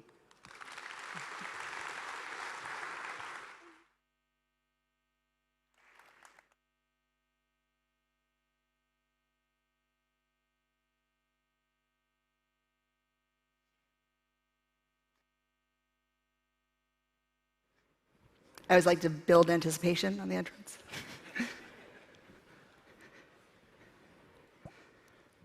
Hello, everyone. My name is Clara Tao. This is Megan Kilman. And together with Marta Belcher, we make up the management committee that run the Filecoin Foundation. Today, we are standing in the Convent de Beato, which was a center of centralized religious knowledge back in the 15th century. And with the rise of decentralized services like Gutenberg's printing press, knowledge was decentralized. And here we are gathered today to decentralize knowledge on the Filecoin network to preserve the integrity of today's web. And so since the beginning of the Filecoin network, it was envisioned that Filecoin would have a governance body called the Filecoin Foundation that was modeled similarly to other open source foundations like Mozilla or the Linux Foundation. And the goal of the Filecoin Foundation is to empower the long-term sustainability of the Filecoin network and to make sure that it is fair and has adequate governance for all the builders in our community. We also have a sibling charitable nonprofit arm called Filecoin Foundation for the Decentralized Web, which is working to preserve and uplift all other decentralized services on the web today. As you can see behind me here, we are here in Lisbon, and we are hosting a ton of events. You may have already seen some in the schedule this week. And we have an incredible events team and an incredible community that have worked so hard to make these events happen. Earlier this year, we launched the Filecoin Orbit program, which includes over 70 ambassadors all around the world that have hosted over 57 events across 20 cities. We also will be sharing a bunch of photos up here from other events throughout the year, including Davos. We have here Filecoin Singapore that just happened. We will have photos for Filecoin Lisbon and also Filecoin Austin that took place earlier this year on the backbone of Consensus. And of course, we hope all of you guys will stay October 30th through November 4th for activities at Filecoin Lisbon and also Web Summit. Our mission, as mentioned before at the Foundation, is to preserve humanity's most important information. And one thing that I'm so excited to share is we just announced an initiative called the Public Data Commons to really preserve humanity's most important public open data and also government data sets.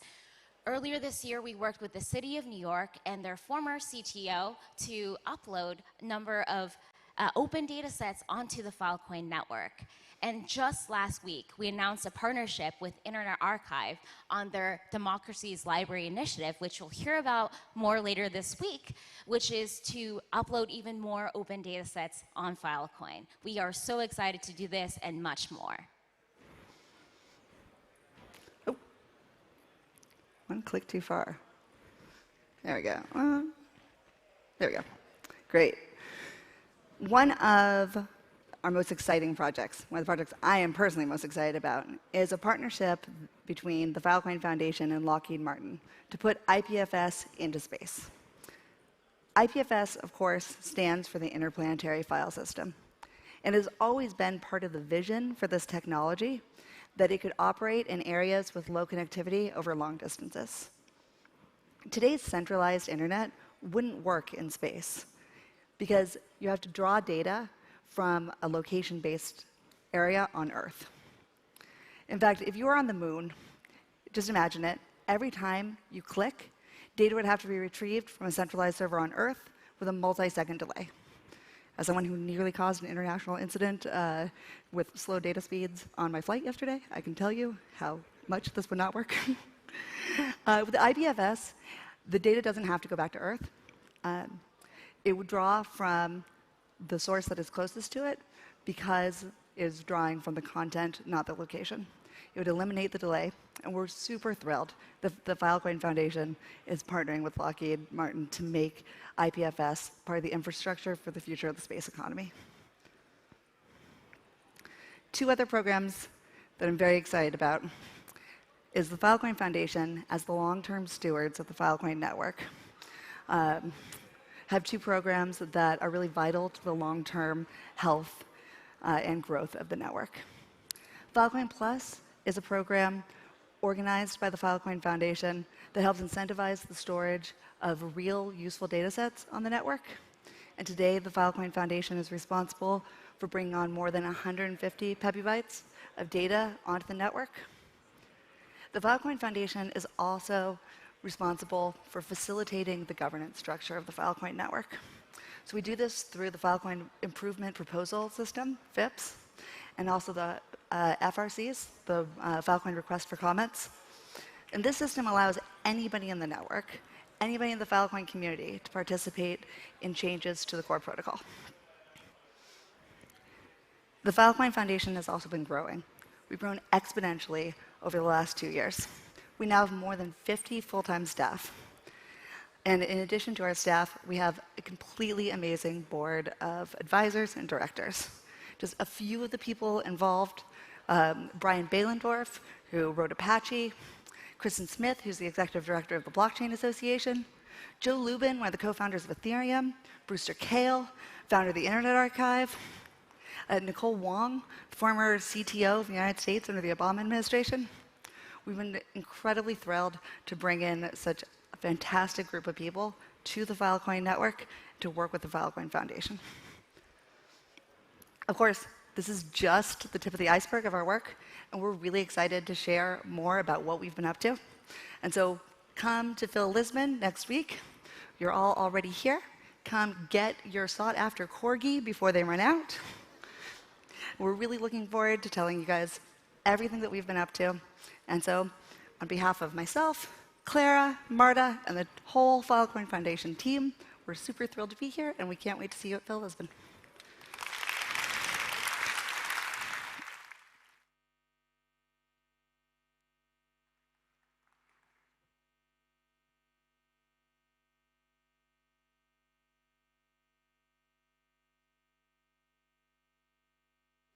Hello.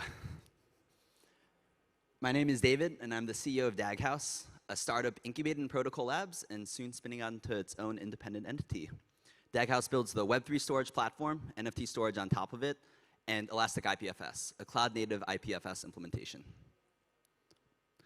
The Web3 storage platform has grown massively in the last year, now with over 170 million uploads available over IPFS and stored in Filecoin deals. Most of this growth has come from the NFT space, though more recently continues to accelerate outside of it. W3 Link, our HTTP gateway, has also grown a ton since launching in March, now with over 1 billion weekly requests. This is from users like Magic Eden, magnifying end user usage. The Web3 storage platform is solving a problem we're all familiar with. Traditional cloud providers are incentivized and designed to lock you in, undermining the potential of applications to truly solve user needs. Our users love the Web3 storage platform because it breaks down data and identity silos found in infrastructure today. By unlocking the data layer, our users can implement any application architecture they can dream of. Our platform consists of complementary products across storage, CDN, and naming that take decentralized protocols and make them super easy to use. Users pay 5 to 10 cents per gigabyte stored per month, depending on their use case. Uploads are encoded on the client side into DAGs to keep things trustless, and car files of these graphs are uploaded to our service. Our service stores multiple copies of these car files, from our hosted Elastic IPFS solution to make things available over public BitSwap, in W3 Link for fast reads from our gateway, and in Filecoin deals for verifiability, and as we learned today, in the future, much, much more. This year, we've come a long way, simplifying our infrastructure, going from running 2 free onboarding ramps for data onto Filecoin on completely separate infrastructure to running a single, full-fledged developer platform that we can build a business around. It might sound basic, but growth in the past year has largely come from providing the read and write reliability and performance that users have come to expect. For instance, on the left here, you can see upload latency issues we were having at scale, and on the right, how deploying Elastic IPFS in production really turned performance around, accelerating growth. W3 Link was also a huge growth driver, launching and iterating on it with its design providing fast reads while maintaining decentralization.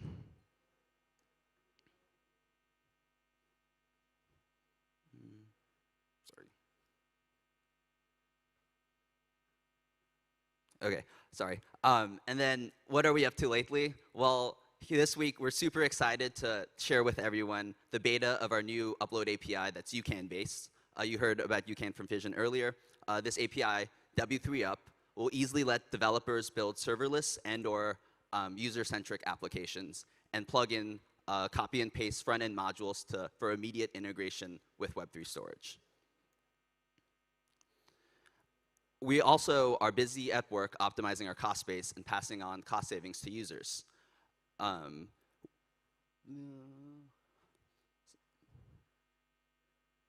Sorry, it's a little bit out of sync. All right, I think this makes more sense. Yeah.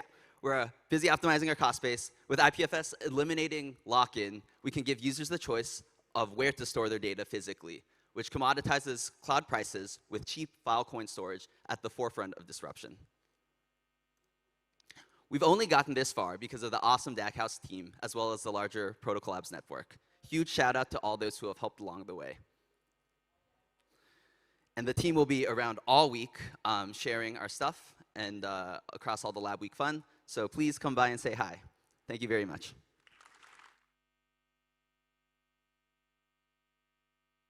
My name is Ayush. I'm one of the co-founder and CEO of Huddle01. At Huddle01, we are building a decentralized real-time communication engine.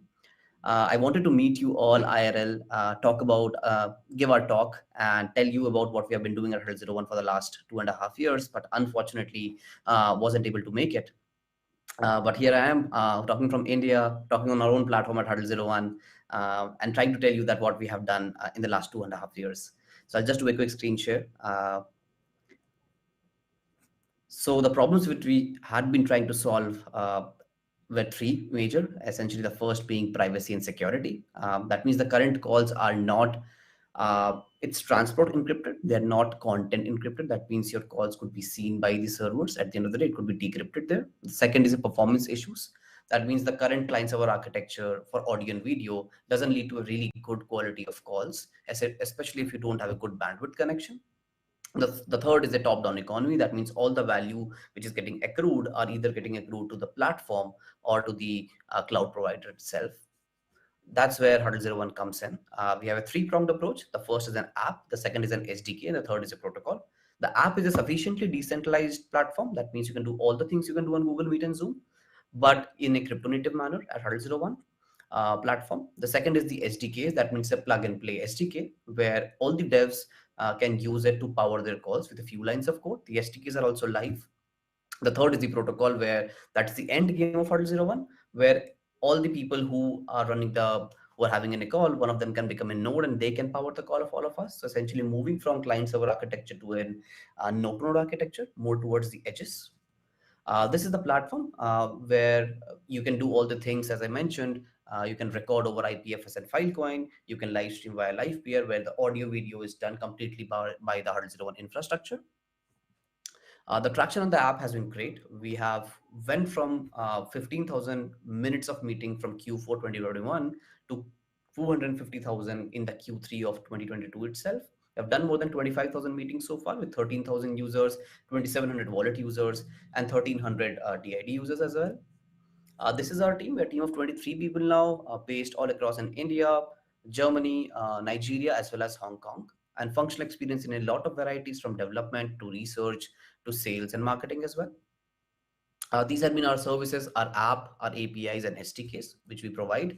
The SDKs are something which is launched now, and we'll be doing a couple of hackathons going forward into future, where you can bring your own wallets, you can inject your own NFT element into the SDK itself. You can use recordings over Filecoin, you can live stream via LivePeer, and it's highly composable, much faster in integration, and 3x cheaper than any of the SDKs which are out there. The emerging use cases of Huddle01, where Huddle01 SDK will be used, are immense, and we are looking forward to get a lot of adoption into that.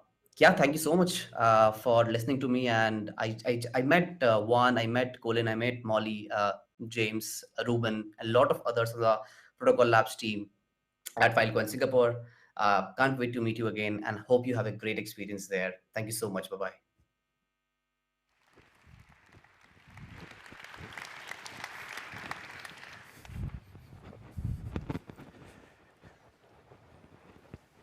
One of the things that we've learned to do is to structure our work in movements. This helps a lot of groups work together on shared goals in the long term. Think of very successful large-scale movements like the free software movement, or open source, or Web3. Those are large-scale movements.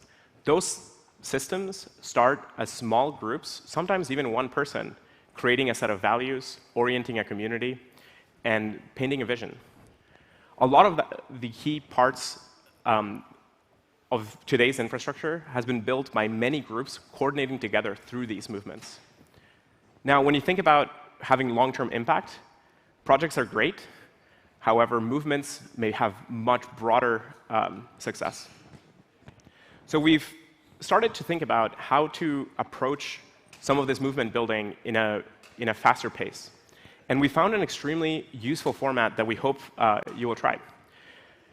A periodic in-person conference multiple times a year with many local pop-ups in various other events can create a very strong forcing functions for a community to get together frequently, connect with each other, share ideas, discuss things, and get to a point where they're looking forward to the next major conference to release new features, release new projects, announce things, and so on.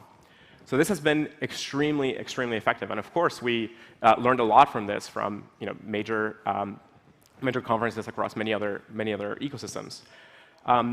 Today, you'll hear about 3 movements that we've been pretty excited to be part of. Hope you enjoy.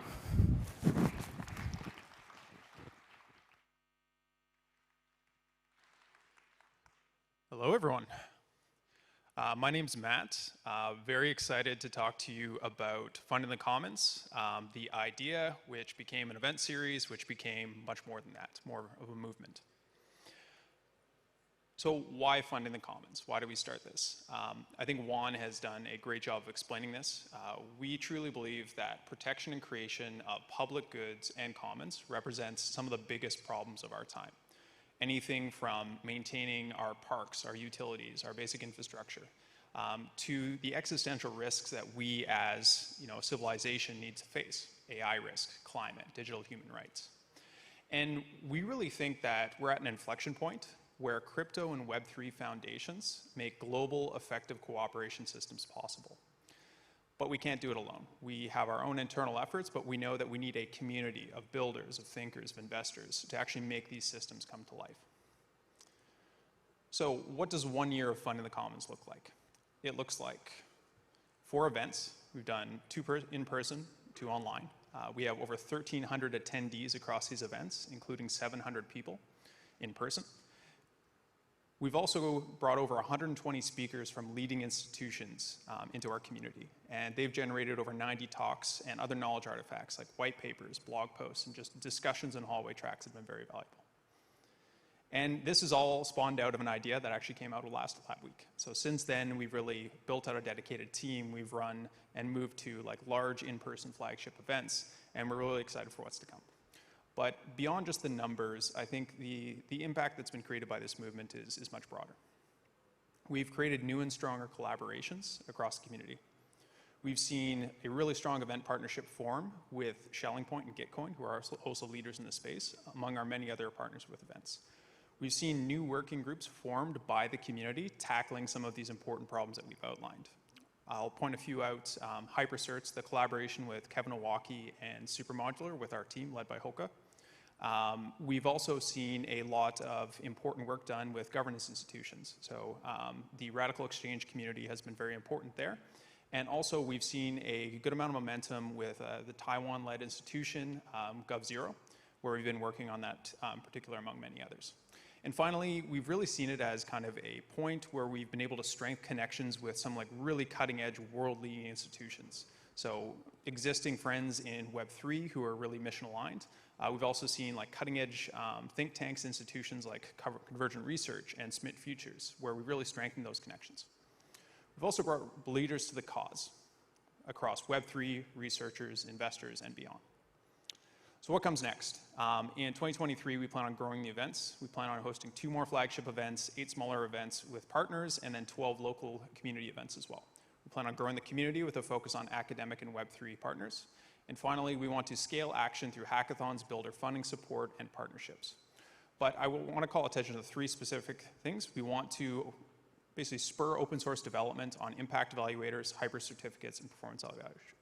So to learn more, we have an event here in 2 days, and I encourage you all to come. Thank you.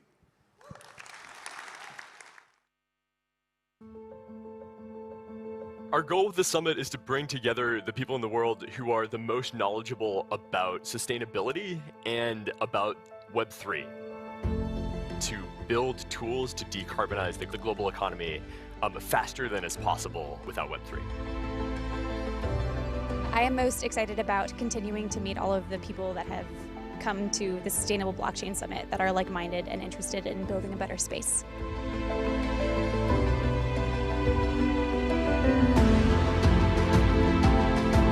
We're hitting this inflection point where now there's tens of thousands of scientists and builders, entrepreneurs and artists, and just people around the world coming into Web3 and crypto to play around with the primitives, to try building things, and to try and use these kind of magical superpowers. Think of movement building, think of joining and participating in movements, just resonating with ideas, propagating memes, working on projects, helping each other. All of those things go a long way.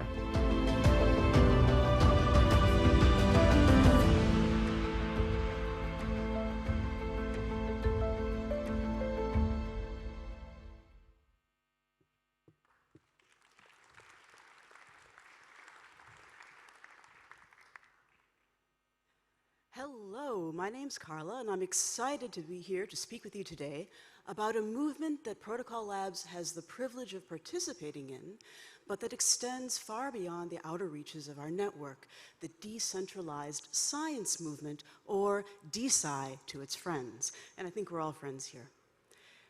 The DeSci movement is a community of researchers, research funders, tool builders, communicators, and advocates building an infrastructure and an ecosystem for permissionless science. So the DeSci movement is new, but it has deep roots in the history and philosophy of science.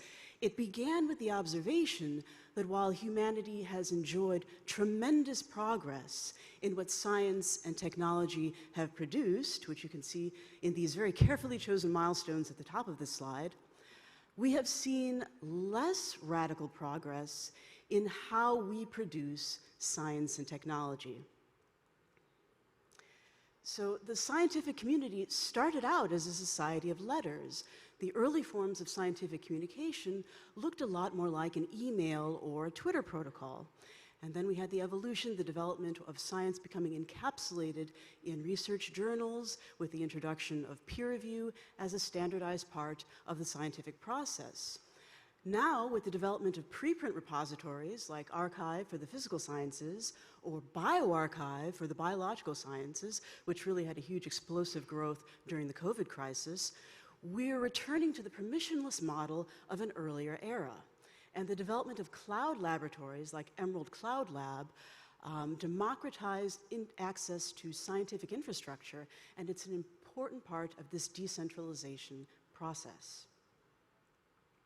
So the decentralized science ecosystem is also, accordingly, experiencing explosive growth and continuing on a trajectory of explosive growth with innovations in governance, like the creation of self-assembling and self-governing scientific societies, in communication with new ways of sharing scientific knowledge, new funding models, like the very highly successful Gitcoin DeSci rounds that PL had the privilege of sponsoring, and also even new ways of working in the field or at the bench. So the DeSci community has established a regular cadence of really high-energy events where we checkpoint our progress and we share new ideas and opportunities. You can see pictures from last meetings, DeSci Berlin, ETH Amsterdam, ETH Denver, DeSci Boston, the upcoming DeSci London. If this movement excites you, and it should, you can come to talk to me at the break. You can follow the QR code to be led to a Discord server. We can route you to other resources. And please join the DeSci track at IPFS Camp and the DeSci events later this week. Thank you.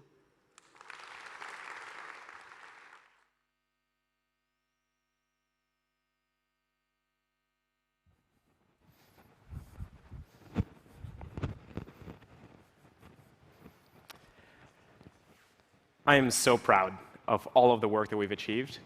We're an amazing community, and I look forward to what we'll do over the next few years. Now, today, at this moment, we'll break for lunch. There's a room at the back, that's the larger area, and there's another smaller room off to the right. Enjoy. We'll have 30 minutes, and we'll pick up back here. Thank you.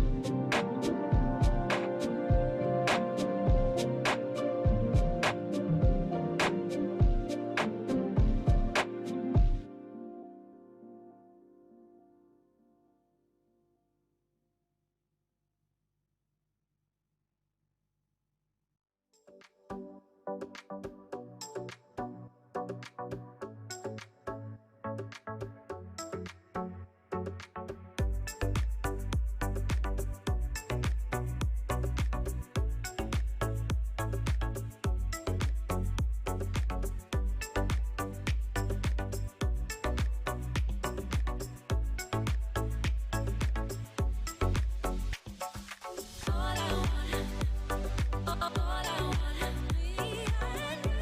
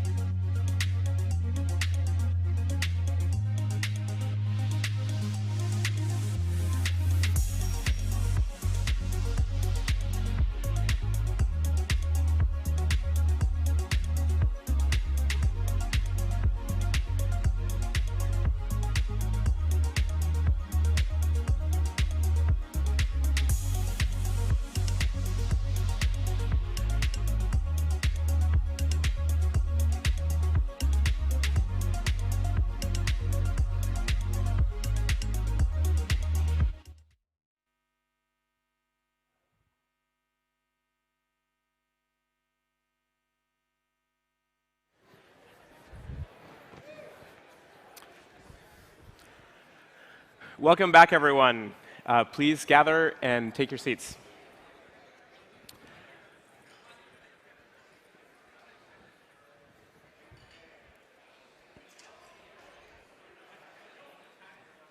So when I started Protocol Labs in 2014, there was no institution that could actually support the development of IPFS and Filecoin to be open source projects deep in the R&D chasm and to build them with a community first and open source orientation.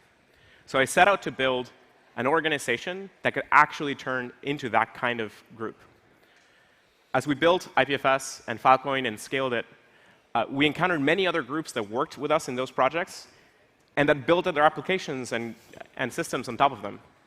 We've assembled this group into a very strong network, and we've created a product to support all of the builders across the network. So this is the infrastructure of the Protocol Labs network, and we'll talk to you about 6 major areas that we help many groups with. The first thing that we do is that we build a well-connected network. We gather many companies and projects across many stages of development, and we help connect them to facilitate strong connections in the relevant stages. So think of groups getting to meet each other in their same stage, groups being able to learn from folks further along, and groups being able to learn from each other in specific industries. We've also created a network directory and infrastructure to be able to facilitate interactions across all of these teams. These network profiles have a set of directions around how to contact people, what to ask about, and so on. And we've built an office hour structure in there to help facilitate knowledge sharing. It's been great seeing everyone here at Labweek. And what would a network be without in-person connection? The Protocol Labs network hosts hundreds of events every year. These range from conferences like Labweek to summits like Crypto Econ Day to in-person social gatherings like our monthly Lab Day dinners. Most of the teams in the network are fully remote, fully distributed, so these in-person events and conferences are a great way to connect, collaborate, and just have a great time. Stay tuned as well for our network events page. This will allow you to see all the events that teams in the Protocol Labs network are hosting, so that you can join in those events as well. The other thing that I'm excited to share today is our PL network portal. So we've heard some feedback from teams that there are so many resources that the Protocol Labs network provides to its teams, but they don't always know where to go find them. And so today we're launching plnetwork.io, which is the Protocol Labs network portal, where you can get access to information about the network directory, Launchpad, Discord, the services marketplace, and more. We also have a network handbook which has even more detail on each of these programs. But essentially, if you're ever wondering about where to go for information about PL network programs, plnetwork.io is the portal for you to go to. Now, as I talked about earlier, our core focus is in the depth of the innovation chasm. That's where it's hardest to build and where the most valuable transformative technologies get stuck. So we get involved very early with builders at the very beginning of their journeys. We help them scale up and start up, whether they're startups that are going to follow a traditional path with accelerators, VC, and so on, or whether they're network-oriented teams that are doing R&D and public goods creation. And believe it or not, we're still in the early stages of Web3. So for early stage builders, we set out to create radically open on-ramps for anyone in the world to join us and get building. I just want to highlight a few of these programs. Hackathons. Hackathons are an amazing way to learn, experiment, and invent with our stack. Over 70,000 builders have joined hackathons building on Protocol Labs technology so far, with 3,000 projects finished and submitted, many of those going on to turn into companies, projects, and having lives and destinies beyond what you could have dreamed of in a few weeks. And hackathons aren't just for new devs. We also see lots of experienced folks entering them to try and learn new skills. So our next big hackathon is in mid-November. It's the FVM hackathon run by ETH Global, where you can be one of the first wave of people to build on the Filecoin virtual machine. Now, building on frontier tech can be lonely. can be hard. Not everyone can afford to take the time or the funds they need to try it out, right? So we have the microgrants program, which is a ridiculously easy way to support people who have built an MVP and want to keep going. And you can apply through open issues on GitHub. We've made it extremely fast. Finally, check out the Requests for Startups list. It is a list of ideas for new business models in Web3. And all you have to do is execute. That's the easy part, right? But seriously, check that out if you, are looking for an idea and want to understand how, what the opportunities are in this brave new world. And finally, moving a bit more along to more mature projects, the Developer Grants Program has been running for several years now in collaboration with the Filecoin Foundation. And this is where we have mid-sized grants for projects that really move the needle for IPFS, Filecoin, libp2p, and more. And many of the developer tools that you know and love today, as well as the Filecoin Green Grants program, has come out of the developer grants. Now,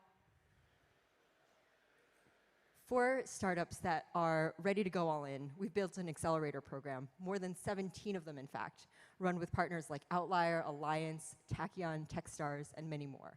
These are super intensive, usually 3-month programs that help with go-to-market, positioning, legal, the list goes on. And in less than two years, 176 teams have graduated from these programs. This summer and fall, when it became more important than ever to get fundraising right, we launched the Soft Noise Intro platform and the Phil.vc event series to help these teams succeed. You'll hear more about them in a moment. Today, Accelerator grads have raised over $100 million in capital, including from PL Ventures, and they're just getting started. In fact, many of these startups and founders and teams are sitting right next to you, beside you, in front of you. Please meet them, get to know their stories. There's a lot to build together. Can't wait for the future. And I just wanted to thank the entire Builders Funnel team who has made all this possible. PL also incubates new businesses. We started on this path first with CoinList, which started off as a project to help ourselves create the Filecoin token sale. CoinList has turned into a tremendous, very successful company. Earlier this year, Number Zero and Tephra Labs started off in a similar way. Web3 storage and NFT storage are projects that are turning into startups coming ahead. PL also creates new crypto networks. Filecoin is, of course, the major one. And we also work with and interact with many other crypto networks. As the FVM arrives, there will be a whole host of L2s. Think of computer over data networks, retrieval market networks, and so on. So that'll be a very exciting part of next year.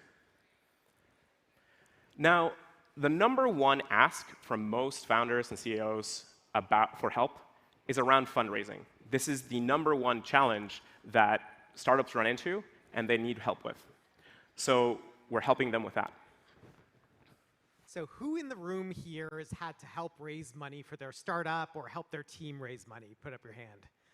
Lot of hands, lot of hands. I mean, I'm a former founder myself, and one of the toughest challenges I faced for my startup was raising money.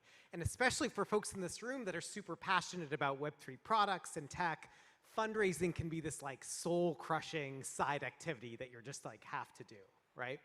And so what we're trying to do is make it dramatically easier for founders to raise money by connecting them to the 4,000 plus investors that are part of the Protocol Labs network. Now that really a lot goes into that effort itself, from educating investors on the underlying tech, giving them constant updates about startups in the PL network, and matching them with startups where they can add the most value. But today, I'll just focus on one event that we did just about a month ago in Phil, Singapore, which was Phil VC. This was the first time we ever did this. It was a live demo day pitch session, for invite only, so only invited startups and investors could attend. And it basically gave a chance for 26 startups to do rapid fire pitches to over 300 investors that represent over $1 trillion of capital in the room in a live scenario. So this was really awesome. I mean, we facilitated hundreds of connections between investors and startups. Many of these startups got term sheets in the weeks that followed, which was really exciting. And this is just one of the kind of online and offline events that we'll start doing in 2023. as a quick snapshot, this is kind of like the list of investors that attended that event. So if you're a startup in the crowd or in the audience and you're looking to raise money, please be in touch because we can help. So in addition to supporting our founders by connecting them to investors, we also, PL invests its own capital. And in a similar way to starting and incubating companies and launching them, we're doing the same with investment funds. The first of which is the Builders Fund. The Builders Fund focuses on what Mosh talked about and invests in the companies that come through our accelerator partnerships that are building with our technology. And we have 100+ investments through the Builders Fund, and we support those founders with all the amazing things that you're going to hear about from the PL network, including fundraising intros, recruiting, technical support. And the good news is it's working. 70% of the companies who have gone through our accelerator partnerships have raised over $100 million in seed and Series A, and that number compares favorably to almost any accelerator across the globe. The second one we are working on is PL Ventures, which has close to 100 investments and invests both in companies building in our own technology. 28% of the PL Ventures companies came through the accelerator program in the last year, and across broader Web3. Our view is that we have 300 people plus this entire network who are deeply embedded in this space, and that gives us insights into what those teams face as they scale and potentially new insights into the market. PL Ventures also invests into broader new computing paradigms that Juan touched on earlier, and PL Ventures companies have raised over $1 billion in capital. And the good news is we're continuing to iterate and launch new funds, including an SP fund that's designed to lower the barrier to entry to becoming a storage provider in our network with both debt and equity, and an FVM-focused fund to empower builders who are using all the things that FVM unlocks. If you're interested in the FVM fund, please come to the FVM Hackathon on Saturday. And the other thing I want to reiterate is a lot of our investments come from all of the people in this room. All of you are deeply embedded in this space, so please keep referring amazing founders to us. I'm also really pleased to mention that Network Capital provides financial support to early teams, pre-revenue projects, any of these groups, including a lot of research and development efforts that create huge impact, knowledge generation, digital infrastructure, where that impact takes a while before it is realizable or measurable, and there's very little immediate or often no clear path to capturing some of that value. The Protocol Labs network, of course, has a variety of programs that support teams across network goods, infrastructure, and also research topics. And these range in scale from the small scale proofs of concept with very lightweight and small contributions, all the way up to larger scale projects, including research request for proposals programs, grants, and we're also starting to look at novel ways to generate value capture that will achieve research and development goals at even bigger scales than what we can do now. Additionally, we're also exploring some crypto-native structures that are incredibly exciting, like hypercerts or impact evaluators, in order to achieve these goals.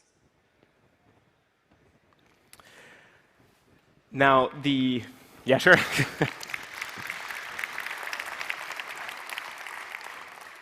So that tackles the first most asked for problem. That is the #1 thing that most founders and CEOs or people before companies have trouble with.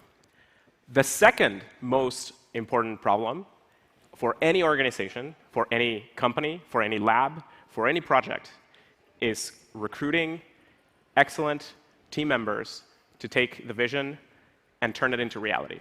For that, we're creating a talent network that can help groups across the network hire and onboard and train and grow their people. Hey everyone, super excited to be here today. As Juan just said, the talent network, quick overview of it to start. We've built out this talent network to source, hire, onboard, and train as much talent as possible into our network and ecosystem. The really awesome thing is that even though we already have a large network, like you can see in this room and everybody on the call here, we only expect this network to grow in 2023 with more companies, more projects that we look forward to supporting with all the different resources that we have here.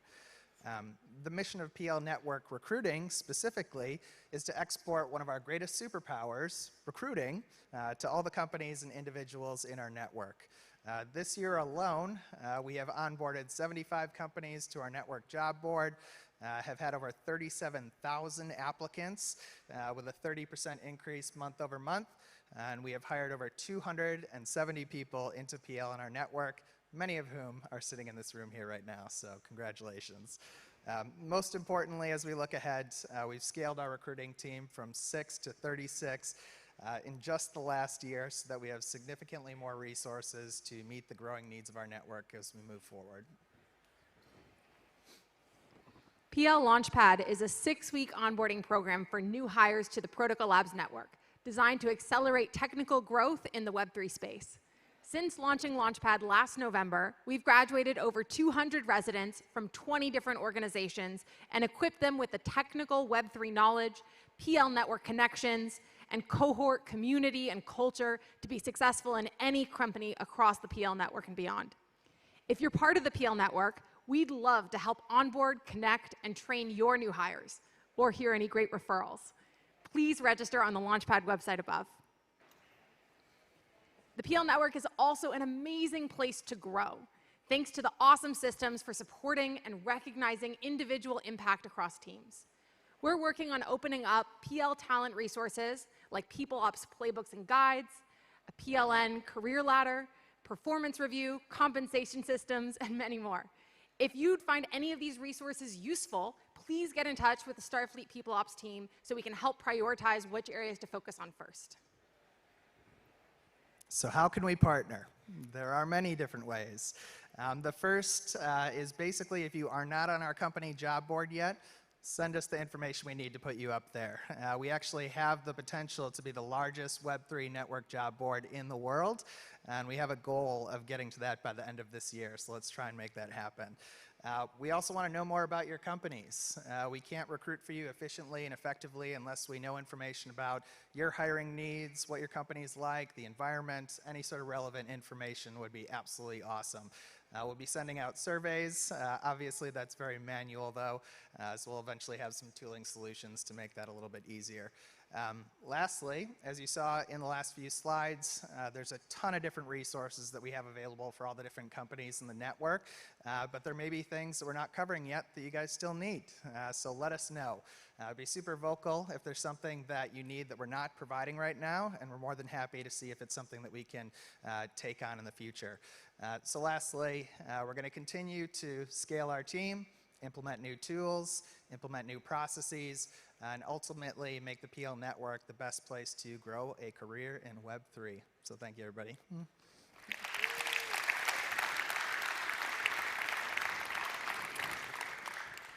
So this is something people who start projects don't quite ask for, but it's what I think is the most important thing we can do to help them. At the end of the day, if something isn't forbidden by the laws of physics, then nothing can stop you from doing it except knowing how. It's a matter of knowledge, not resources. If you know how to fundraise extremely well, you can do that. If you know how to hire extremely well, you can do that. If you know how to build amazing projects, you can do that. So at the end of the day, it's our knowledge as a network that is the most valuable resource we can offer to other groups. We do this by combining a set of guides and systems and resources and offering people's time through office hours, introductions, and so on to facilitate knowledge sharing. We are a YC company. We learned an enormous amount from the knowledge of that community. The YC community helped the world make it dramatically easier to start companies across all industries. And that came from knowledge sharing. I personally look back at the YC program, and the single most valuable thing that Protocol Labs got from YC was the valuable knowledge that compounded over time. The YC network produced tremendously valuable knowledge resources, and we want to do our part to contribute our knowledge in this domain to both the Protocol Labs network and the YC broader network. One of the key components that we also learned from YC and from universities and from many other organizations is the value of open office hours. In universities, if you are struggling with some problem, if you have a hard set of questions around some domain, or if you're working on new things and new projects and so on, and you want time with the amazing, super knowledgeable, deeply thoughtful faculty, the best pattern is to use an open office hour format. That's where faculty members would create an open time slots in their schedule and meet with whoever was there. You would sort of like form up outside of their office, and you would just meet with them, and usually in very small intervals, like 5 or 10 minutes, so that many people could access that person. YC built on that and created the famous, world-famous YC office hours, where many people across YC contributed tremendous knowledge to many groups. We're doing that same structure in PL, although in this model, anyone in the network can share knowledge to anybody else in the network. It's not just founders and investors and partners and so on, but it's really anybody across the network that has deeply valuable skills and knowledge that can contribute to other projects. And we're doing this by structuring our office hours with a tool where you can list out your time slots and schedule meetings with folks. Over time, we think that this kind of structured mentorship and office hours can generate massive amounts of value for all of the projects out there. Again, whether they're companies, R&D projects, labs, or open source systems. I've had many people come to my office hours to ask about like the beginnings of IPFS and how that got started, or how to tackle certain like large-scale problems in an open source community. So it's not necessarily, it doesn't have to relate to businesses.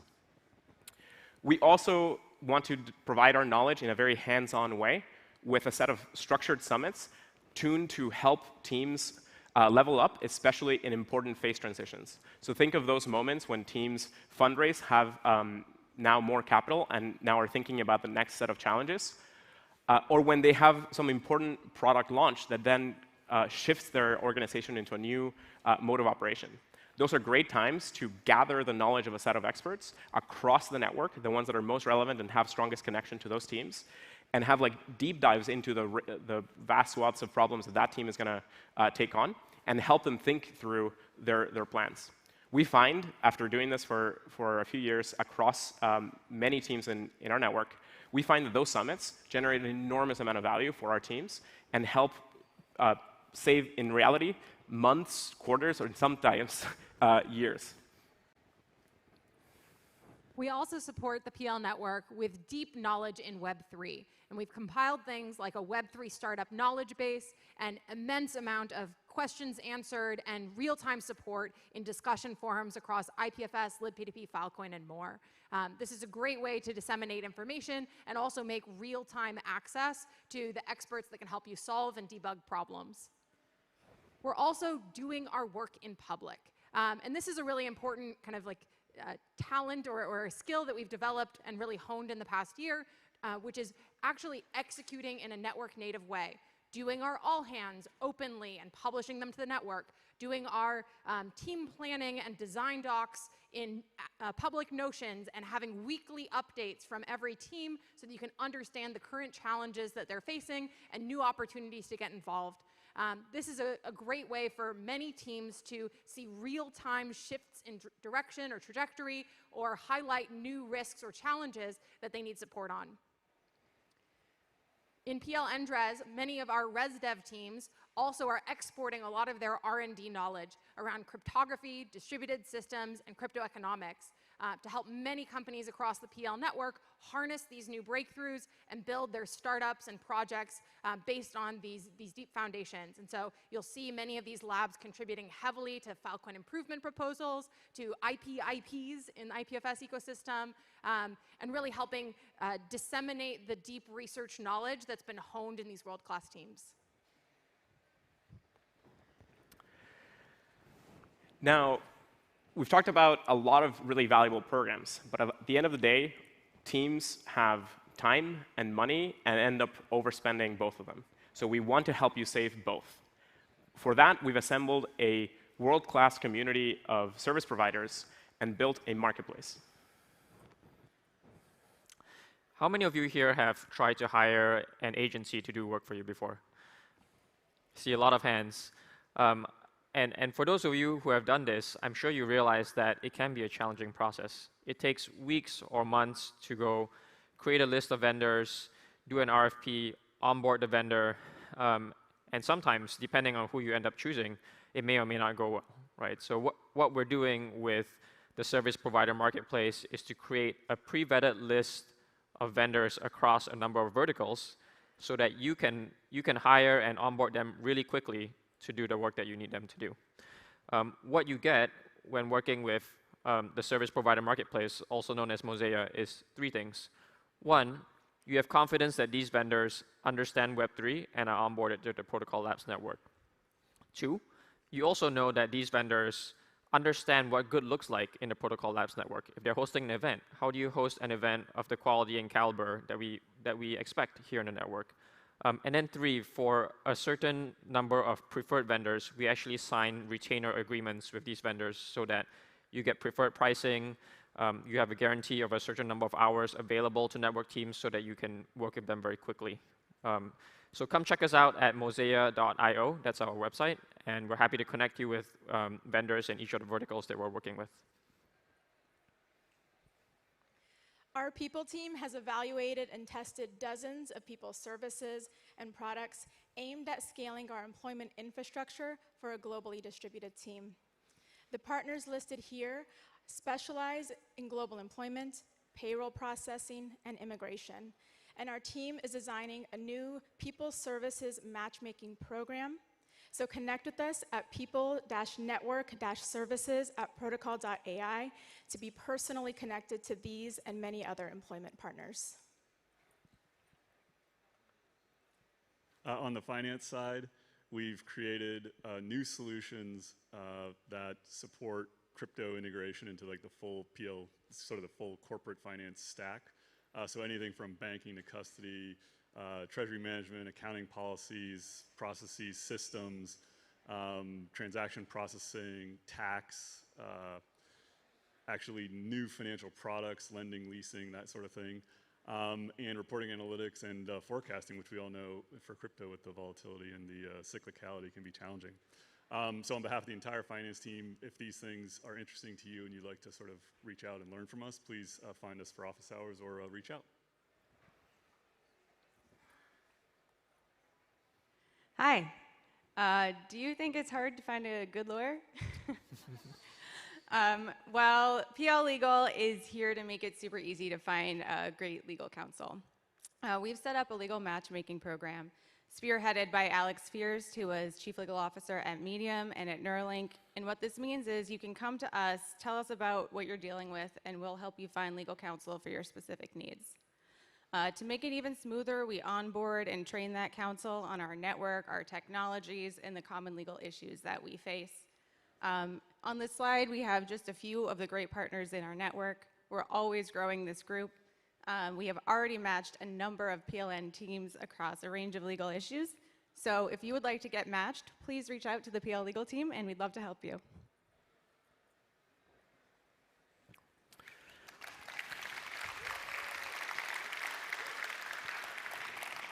So that's the product available to all of the teams in the network today. We've categorized it into these 6 offerings: building the network, helping people start, helping raise capital, helping find amazing talent, learn and grow your own knowledge, and have access to world-class service providers. I wish PL existed when I started IPFS and Filecoin. This is the kind of organization and institution that I wish I had access to when I first began. So if you're working on projects like that, especially deep in the innovation chasm, please consider joining us. Most of our work is tuned and focused on Web3, and especially within the IPFS and Filecoin networks. But we're already helping tons of teams across the broader Web3 in many other networks and beyond. There are also several groups in those deeper, more future-oriented, sci-fi-esque areas of computing that are already part of the PL network and getting the advantages there. So we hope to grow and scale the network. We hope that you will join us, and we hope that you will share your super deep and valuable knowledge with the rest of the network in office hours. I'll have a sign-up sheet outside. I'm just kidding. Reach out to us. Yeah, I hope that this is valuable to all of you. Thank you very much.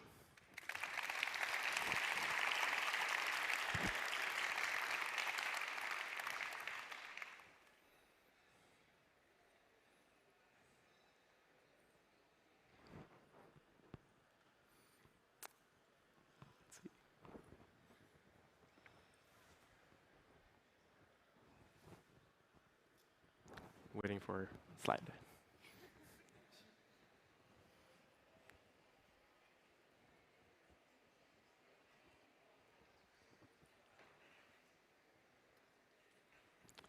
So welcome to Labweek22. Actually, this is very deep in the deck. Let's go backwards. Welcome to Labweek22. Throughout the years, we've had a number of lab weeks across the world. We actually had one of our earlier ones in, sorry, that was fun. Can we go back? There we go. Thank you. We had one of our first ones in 2016 in Lisbon, so right here. It's great to be back. We've gone around the world with our teams, and we've learned that for remote teams especially, it's extremely useful and valuable to get together every year. So that's why we've put on these amazing events. We formed amazing relationships throughout the years. Now, last year, we had Labweek21. It's actually called Labweek7, but we figured match up to the year. It's going to be way easier. Labweek21 in two places, in New York and Madeira. And that was the last time that most of us saw each other. In many cases, people join these teams and networks and work with each other sometimes close to a year before they meet each other. So this week is a really valuable time and place for everyone to get to know each other. So now, it's great to see everyone here back in Lisbon for Labweek22. We have an amazing whole set of events. You'll hear about more of them later on. But we wanted to do one thing that we started doing in all lab weeks. And it's an extremely useful thing for the broader PL teams. And we think it's going to be useful for the whole network. And that's to look back and reflect through our whole series of challenges and opportunities. One thing I wanted to mention about the Labweek logo here, it's based on the PL logo with like the P and an L and so on. But if you can see, it has the entire R&D pipeline built into it. And it has space with a lot of these gray hexes for many new teams to join. So as you think about the Labweek logo and you see it pop up and so on, think of which part of the pipeline are you in. Maybe you span the whole thing. Maybe you have different sub-teams in different areas. And maybe you can help bring another team and another group to the network. And because hexes are really good tiles, that's why we learned from the JavaScript community that you can make your logos into a proper hex that can fit into a nice, neat pattern. And it turns out you can tile them, just like Lisbon tiles. So as you walk around Lisbon, remember to look around in tons of like really beautiful Lisbon tiles. And think of the whole broader network getting together across a ton of different venues and places and have a lot of fun, hang out, really invest in getting to know each other. We found that's one of the most valuable things that anybody can do at these lab weeks, is actually spend time with each other. You don't get to do that enough in remote groups, so really spend good time working together. Maybe someday we'll get like a mosaic somewhere. But by the way, please don't tile Lisbon this way. Now, we started versioning PL early in our history, and that's a good way of shipping changes to an organization in releases that enables everybody to kind of readapt to a changing system. Early on, when you're a much smaller group, you can ship changes really quickly. It's easy to diffuse some new way of doing things, and then you can adapt. As you scale into larger and larger groups, especially if you work together with many other organizations and teams and people and so on, it can be extremely useful to adopt a release cadence like software. So that's why we've built our release schedule in a sense, and break it down into minor releases every quarter and major releases every year. So today we're in 2022, we're in PLv8. And we broadly encourage the network that whenever you're interacting with many other groups and shipping new programs and new releases, you try and bundle it across the quarter boundary or the yearly boundary and use that to kind of like reinfuse a lot of new programs and so on. Now, of course, you should be shipping early and often, right? MVPs ship when you need to, make the changes when you need to. But these quarter and yearly boundaries are great times to kind of advertise to everybody else, because you can think of like the entire network shifting gears in those moments, right? So imagine kind of a large-scale operation. If you try and change gears constantly, it can be difficult to do that well. So really lean on those kind of quarter and yearly boundaries to apply changes. Now, I want to tell you about some of the large changes that we started with that we kind of brought us into this year. So in PLv7, the landscape of PL looked like this. We had a set of teams that interacted and worked with a lot of groups. We had a number of investments across many different groups. And we also offered lots of grants to many groups across the broader ecosystem and across many companies and so on. And so one of the things that shifted very significantly from PLv7 to PLv8 was that we wanted to get rid of that kind of like cell wall boundary that prevented our teams from working together across the network. And so we turned the network into this, PLv8. This was a slide that we showed last year. And we set off to build the Builders Network, the Talent Network, and to help support the range of network teams and support them with a set of network services. At the time, we had a set of principles to help us, guide us into this shift. Things like scaling the network, investing in and empowering our growing ecosystem, and building upon existing teams. So this is helping teams sort of as they existed grow into the network. We have a whole set of challenges and opportunities, and we tackled a ton of them extremely well, and we've now sit in the success of that. Now, as we shift into 2023, I want to tell you about the new sets of challenges and opportunities, the new principles, and what's going to shift. So PLv8 was a very large change from PLv7 to PLv8. That was like a major shift. In PLv9, we are not going to have a very large change at all.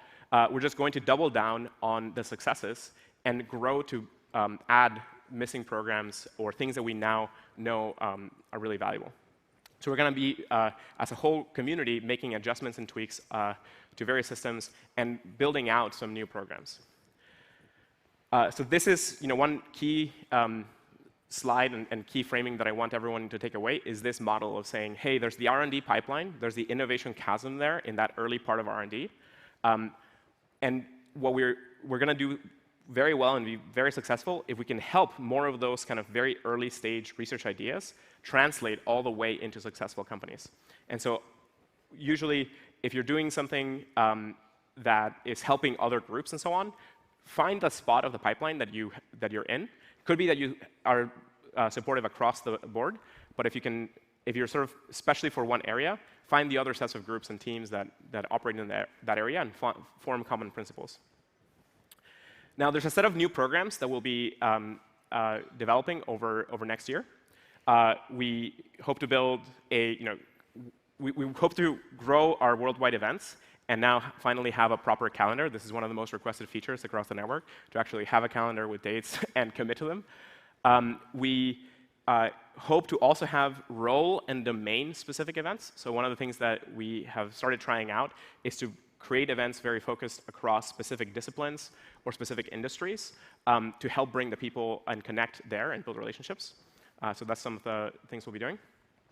We're also going to be improving a lot of the parts around starting new systems. So one part of that is reaching out to many more communities to talk about the offerings and programs that we have. Many times, communities are like super surprised to hear about like the awesome programs that we have. So we're going to be doing a lot more outreach to many communities so that they can leverage these programs. And we're going to be doing a lot more requests for startups. This is one of the areas where we just get to see so many amazing business models, like sometimes way ahead. And if we do a lot more requests for startups, that'll help stimulate that environment. There's a ton of things coming around Filecoin. Earlier on, we saw sort of like DeFi and NFTs and so on about a year or 2 years ahead of the curve. So we hope that those are going to help people start earlier. And we're going to also start coupling some of our knowledge programs earlier on. So most of our knowledge programs sort of come after, kind of like later in the pipeline, but some of them might actually be really helpful earlier on. Now, in the capital side, in the venture capital part, you already heard from Brad about the SP fund and the FEM fund. Those are going to be really important components. There will likely be some other things down the road. And in network capital, we hope to add and scale the structures. So there's a number of new programs that'll ship sometime next year, and many that are working really well, and we've sort of demonstrated that this year, and we're going to be scaling them up. One of the things that I'm really excited about in network capital is to be able to start using things like impact evaluators and hyper certificates, direct crypto native instruments, to be able to drive some of this growth. On the talent side, we're going to be building talent attraction programs, a broader advisor network to help bring a lot of the knowledge from our much more extended community and help support the network. So think of like actually reaching into professors in different universities and experts across the industry. And we're going to be building a PL Academy system to help the many thousands of people in the network level up and upskill in a range of disciplines. The kind of thing that we want to do here is like help facilitate the creation of content in Web3 that's not there yet. So think of deep courses on, say, zero-knowledge proofs, or how to run people systems in crypto-native teams. And we want to kind of structure a lot of that learning through kind of this more course-oriented structure. The other part of that is being able to leverage the vast quality of resources available today and kind of connect it. So I often thought one of the most valuable things that university classes ever had was a syllabus, and that distillation of like helping you navigate the vast material out there is one of the most useful things that professors ever do. So we're going to be thinking of doing that to help distill what's like the really high quality material out there to help support you. On the knowledge area, we're going to be doubling down on the advisor network, so connecting that network to office hours, so that imagine being able to like build on that office hour program to find a lot of knowledge there. We're going to double down on the team summits and scale those. And we're going to start tweaking kind of the office hour structure to try and make it even more efficient, find ways of facilitating that time, and potentially building like feedback structures and so on. On the services side, we're going to continue growing the marketplace structure, and we're going to be instrumenting with metrics and feedback and so on. So a lot of the teams here build on top of IPFS and Filecoin, so here's a glimpse at some of the major things that we see on that roadmap for next year. There's a lot of optimization that needs to happen, so think of many systems growing and improving, and some major breakthroughs that are going to be shipped. So Falcon Saturn is going to ship an early version later, I think it's later in the week. The FVM, which is already powering the network, is going to ship out in Q1 to be able to support a lot of new smart contracts. Station and sealing as service will arrive then too. Then there will be a whole host of new networks that appear as the FVM supports L2. So think of a lot of compute over data networks powered with Bacalhau, or things like Medusa. We also have a whole range of improvements that are deeper, things like interplanetary consensus arriving to help scale the entire network, and things like Halo 2 and so on. Now, of course, this is like only a small snapshot of all of the amazing things that are going to happen across the network. We don't yet have any kind of like integrated way of like seeing all of the roadmaps and so on. Everyone kind of builds, of course, their own natural product offerings and roadmaps. So definitely encourage you to navigate the network and see what everyone's working on. Maybe next year we'll have like a way of like being able to navigate this space better. Now I want to give some principles to the whole network for next year. One is optimize and scale. So think of doubling down on what's working, change what's not. We have a lot of like really valuable systems and programs. Let's kind of grow them. Think about how to optimize them well with impact metrics and feedback and so on. I see a lot of groups doing some extremely valuable work, but they're not really measuring what matters, or they're not getting feedback from the users. And if you're not getting feedback from your users, then you don't know like how to orient the product. We also need to ship many breakthroughs into production. So there's a lot of teams across the network that are building some extremely new, exciting things that need to land. So really focus on shipping that and driving usage. I also hope that so the second major principle is to focus on the end user product experience. A lot of teams have been building really amazing new technology, but it doesn't yet have the extremely high quality product user experience that the broader world, in Web 2 and mobile interfaces and so on expect. So you need to kind of instrument your products and optimize for extremely good product user experience. Find good ways of doing it in a privacy-preserving way. Find good ways of doing it without sort of collecting personally identifiable information and so on. That's very possible. Don't let decentralization or security get in the way of optimizing a good product, meaning find a way to have both. Now, that also applies to all of the programs to support the network. We need to instrument and get feedback across all of them to make sure that those programs are good products that everyone can benefit from. The third major principle is to strengthen the connectivity of the network. We want to deepen the relationships, invest deeply in office hours and kind of gathering in those team summits, double down with events and so on. And I want to encourage all teams to work openly. So we've had major successes across the network with many groups publishing all of their roadmaps, publishing all of their notes, publishing their maps and so on. Use all hands and so on. That's extremely useful to help many teams across many parts of the network work together. So think of leaning into that. Now for some challenges. So this has been a very intense year. The macro environment has totally plummeted. It's very hard for a lot of companies. And that macro environment also took down crypto. Now, fundraising is already really hard this year, and it's going to be harder. My guess is that it's likely going to be harder early next year. Now, of course, who knows? But the market could recover very quickly. But my prediction or my expectation is that it'll actually be quite hard. And especially for the companies going from seed to Series A or from Series A to Series B, those will be very hard jumps. So kind of expect a significant Series A crunch early in the year. Maybe the market will warm up, so maybe the latter part of the year will be fine. But don't count on it. Really plan out your map, your runway, and so on. And if you don't have a runway to last you into 2024, you should be thinking about how to make sure that your team has a good, safe path into that. And of course, you want runway much further out. Ideally, you have many years of runway. But most small startups always have somewhere between 6 and 24 months of runway. So this time, it's going to be hard for all those groups. That means lean into the programs that we talked about today, all the capital fundraising systems.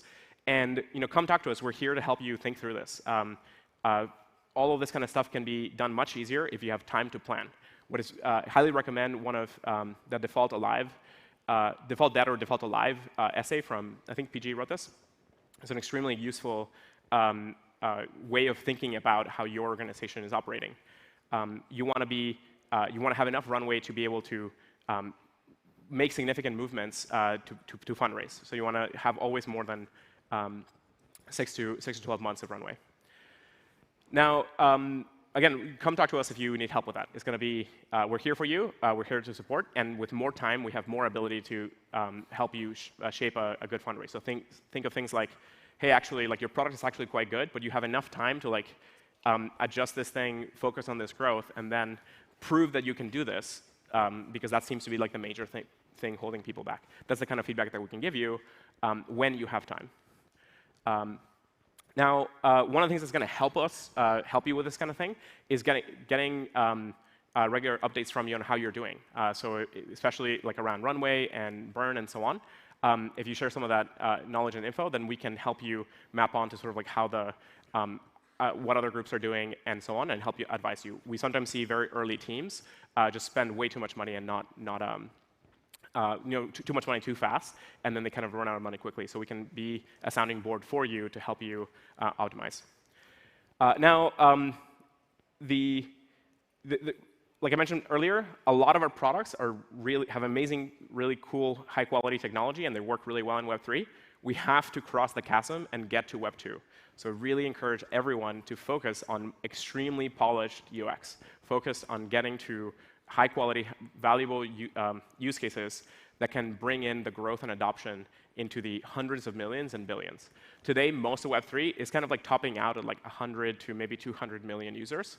Some rare exceptions have more or something, but for the most part, Web3 is quite small relative to Web2 by usage size, and that's because of the kind of primarily financial set of use cases and really bad UX. So if we solve the problems that can yield extremely good UX, then we can get to billions of users. Again, I see a lot of things that need optimization, so focus on that, and ship your breakthroughs, gain users. One thing that is also pretty interesting right now, which is a challenge that you can turn into an opportunity. There's a lot of teams across the network that need to hire a lot, especially groups that raised recently. Hey, in crypto macro winter time, it's way easier to hire. So this is a great time to find amazing people to help to join you. Definitely lean on us and work with the talent team. So now that's the challenges up ahead of us. Let's focus on the opportunities. Winter is a great time to build. Just PL itself started in a crypto winter. Think of Ethereum scaling massively through building a ton of itself and its early systems through a winter. And you want to use this moment in time to level up your systems. Really stay focused on getting to the next important milestones. If you don't have a roadmap right now and you don't quite know what you're shooting for, really think of having some set of concrete goalposts that can help you and your team and community stay focused on delivering that goal and keep sort of compounding that improvement. These major macro winters tend to, you can go back through history. Of course, like who knows what the future holds, but if it's anything like the last couple hundred years, then these kind of winters only last somewhere between 1 to 3, maybe 5 years in like the extreme cases, and usually markets return. So kind of stay focused, deliver improvements, and build. And of course, leverage the network. We have an amazing group of people that's growing a ton. Leverage that group to help solve your challenges. Now, there's a lot of products that are really working well, and a lot of networks that have seen a lot of early success. Compound that growth. I've seen a lot of teams kind of start getting distracted with way too many feature sets. Growth matters tremendously in these kinds of systems. Focus on the kinds of things that are going to give your operations and systems a lot of growth, because if you do that, you'll end up with larger and larger groups that create and bring a lot more value. So because we're primarily building large-scale products for large networks, that growth in users or that growth in participants ends up bringing a lot of value alongside with it.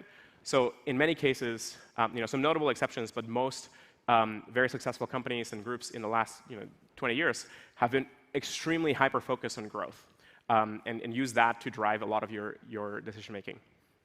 Now, we have extremely strong teams across the network, and they're growing. Focus on their growth. So think about, really encourage everybody here, no matter how early you are, to be thinking about the growth of the people in your organization. Think about leveling them up. Think about their career paths, their growth trajectories. Think about how to support them to learn more. The startups are a grind. They're really hard, and it's very easy to lose focus away from people's growth. You're kind of like constantly in this reactive, immediate mode. It's very, very useful to have a good trajectory to know how to compound your own personal growth, because that's going to enable you to level up and have even more impact in the future. Again, a whole host of opportunities will come from major breakthroughs like FVM, Saturn, and so on. And there's going to be a bunch. My guess is there's going to be a bunch of new crypto networks that many of you go out and start in the next year or two. Many compute over data networks, CDN networks, and many more. So looking forward to a lot of really awesome things there. So that kind of sums up PLv9. Really focus on these 6 offerings: build a network, help people start projects, help fundraise capital, help find amazing talent and help it grow, help gather and systematize our knowledge, and help access world-class services. Let's remove that innovation chasm so that the pipeline can flow really well, and let's help every one of these organizations and companies level up and grow. Thank you so much.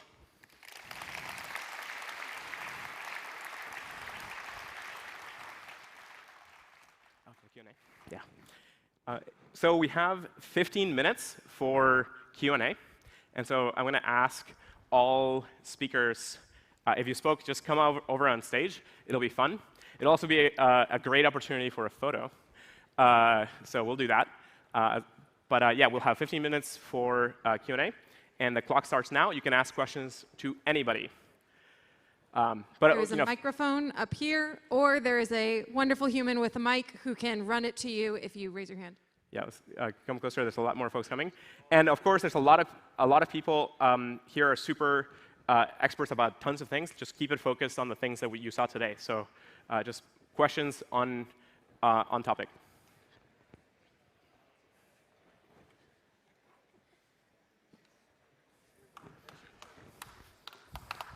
Thank you.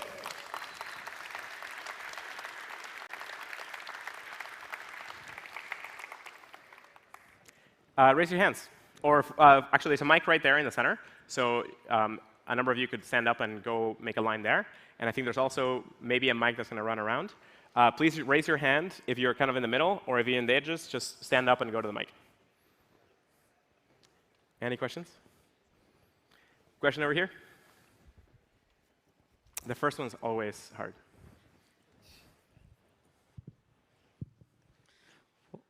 I think anybody can answer this one. What's a good example of a good scalable UX that you would give for, since you're talking about UX being the chasm between Web 2 and 3? Yeah, really anybody here can answer. Since I'm talking, I would say the social networks, especially things like Instagram and TikTok, are extremely good examples of super scalable user experiences. Now, those are really expensive user experiences. It takes a lot of product optimization. WhatsApp is another one that didn't require a lot of optimization in the kind of like user experience side, but it was extremely scalable. So those were extremely useful scalable systems. On the mechanism design side, I would love to see tooling for things like quadratic voting that get used as casually as people use Venmo to settle balances. You could use that for better decision making, and like the applications there for like governance type technology and social choice theory applications would be amazing. Next, or yeah, one more. I'll give one more example. So Juan had really great examples of very large networks.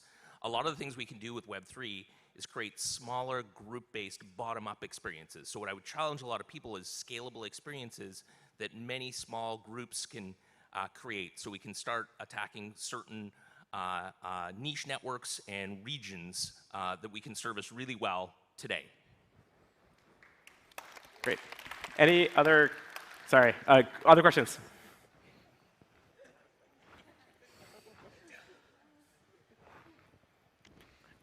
Any other questions, or Raul can go? Raul, go for it. Raise your hand. Meanwhile, raise your hand so the mic can come to you. I was just going to add to the UX side of things, the DX side of things as well, so the developer experience, right? So if you think about building apps and systems that are composable, so that you can orchestrate them in larger and larger solutions, and think really about the developer experience and the developer journey and how they're really going to be using those APIs and those primitives that you expose.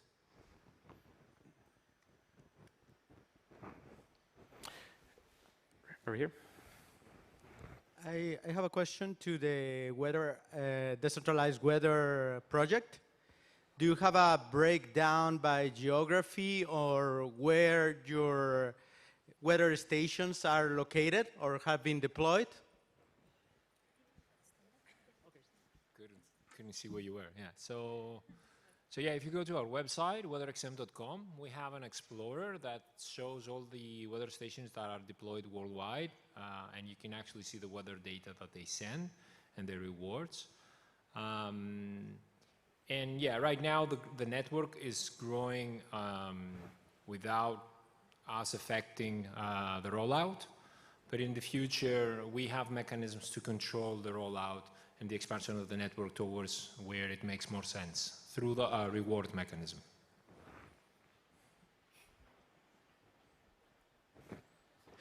It's Danny O'Brien here from the Filecoin Foundation for the Decentralized Web. I'd like to ask the whole panel what their favorite color is. No. Okay, so there was a lot of talk about structuring things that really drew upon the startup culture and VC model. And we were also seeing a lot of things with like social benefit corporations, nonprofits, and DAOs. And other projects like that, and I wonder, and anyone can say this because I think you would all have amazing input, if you can see any way of like introducing those new ways of organizing platform cooperatives and those into the PL network and this whole field. Evan is first. I mean, other people want to go for it. I personally view DAOs as this fantastic computer scientist's abstraction to governance systems, in that you have some sense of membership, some way of pooling resources, and some way of deploying those shared resources. And I think this is like a generalization of what governments, nonprofits, for-profits, community organizations, organized religions all have in common. It's like basically just that set.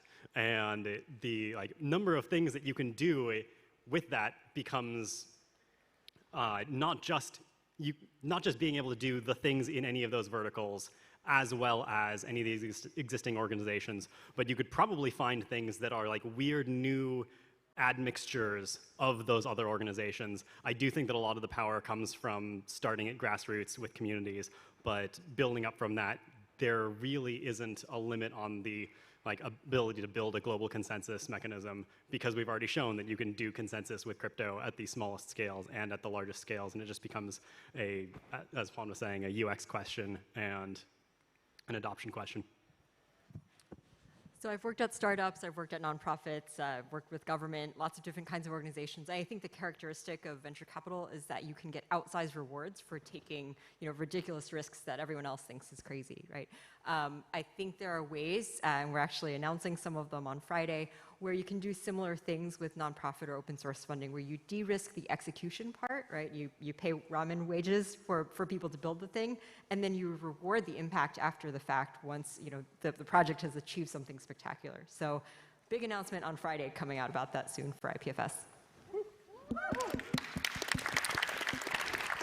I'll throw one important addition to this, which is from my study of the problem, it's really important to keep all the organizations composable and able to interact with each other and leverage the most useful tools and systems. One of the, I think the nonprofit structure has been extremely useful for centuries, or for I guess a century at least, in supporting a lot of systems like this. But it causes a thing that in software we call stack ripping. It might have a different name somewhere else, but that means that suddenly one set of components can't actually interact with another set of components. And so certain kind of like function calls and so on get split, and that split causes everything to split alongside. So for the async folks in the room, you'll know what I'm talking about. But what ends up happening is that in a lot of nonprofit structures, you suddenly only start being able to interact with or hire primarily or raise from nonprofit structures, and it sort of causes a split between the broader set of everything or the nonprofit structure, which I think for many organizations can be a setback. Now, you get the benefit of being able to raise funds that otherwise would probably not come to you, but just be careful with that structure, because I think it can be limiting in a bunch of ways. I personally think today that if you find a really good structure that can sort of have a regenerative economic loop, so it's not like value capture, but it's rather value growth in regenerative ecosystems and structures, that'll be really successful. And I think finding more and more ways for really things that had to kind of either be a startup or be a nonprofit can find this now different structure that can enable groups to tap into and use all of the kind of utilities that kind of broader startup environments have in kind of these open systems and open regenerative contexts. I think that'll be super, super powerful. All right, so sorry. No, go for it. I was just going to share a fun fact. Who here owns a Rolex? Did you know that the Rolex is actually a nonprofit? If you guys look it up. Wow. Rolex is actually a trust. And so when people use the word nonprofit, I just want to say it's actually just a legal definition within a country on what is considered charitable or not. But really, when we think about social impact and goods, it's really the incentive structure of how do you incentivize groups that normally wouldn't be incentivized to collaborate, work together, or the finances aren't there. How do we allow that to come together, right? And so nonprofits were formed by most governments to allow for some incentive for things to get funded, but they're always not perfect. I mean, very much it's a legal structure, and we've spent a lot of time at the foundation figuring out nonprofit structures. So I just wanted to share that fun fact. Yeah. Yeah, question? All right, so all these initiatives to help startups find funding and so on is really awesome, really cool. One thing that struck me is that it's almost all exclusively in the traditional financial markets. In your guys' opinion, how far away are we from going crypto native funding? And then beyond that, going into full-on crypto native securities tokens, essentially. So, what the SEC would call unregulated securities, I think that's kind of where we want to be going, but done in a way that, protects us from the government, allows us to have that freedom to invest our money where we want without having to, worry about the SEC reaching out their long arms? Yeah, so I think one really important thing to remember is kind of like where that's coming from. Those rules were put in place for very good reason, right? In like the early, in like the late 20s, for example, you had these structures where like just the lack of rules, the lack of disclosures, and so on, just created this environment where it was just extremely easy for people to grift others. And so that put in place like a huge, and that led to this huge problem in the markets and caused the Great Depression. So the SEC came out of that, came in to build in a bunch of like good systems and good structures to have much better markets. A lot of the times, like where you end up with is a changing landscape where circumstances have now shifted, and you need to create structures that can adapt the old structures into some new structures, where you go and make sure that you fit like the right set of constraints, right? So at the end of the day, like things like disclosures go a long way. Things like creating new marketplaces that can work with those regulator entities to help make sure that markets are being built correctly, and there are no kind of like,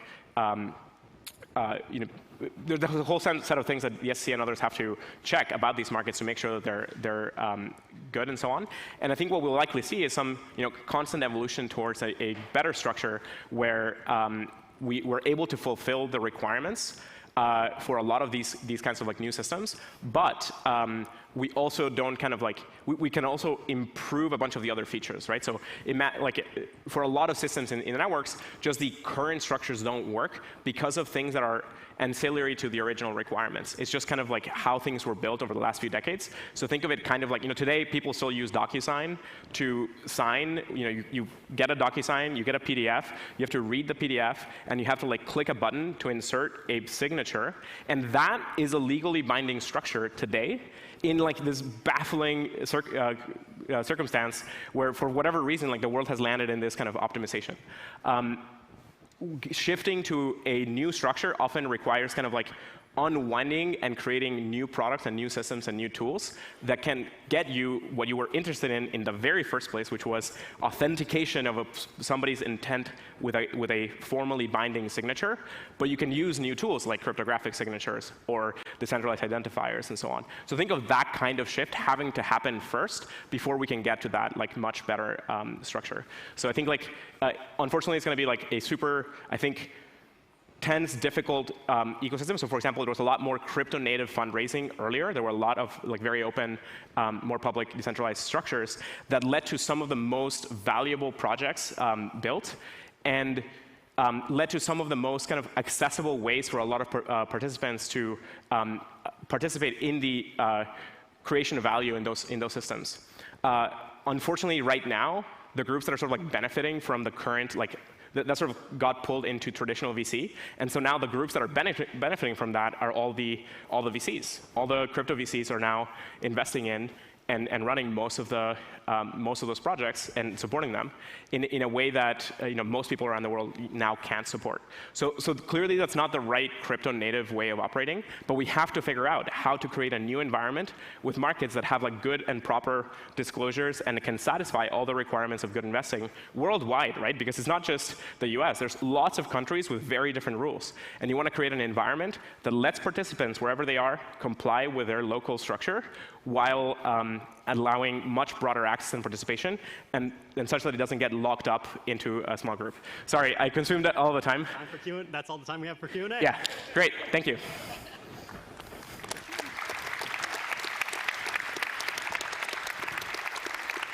Yeah.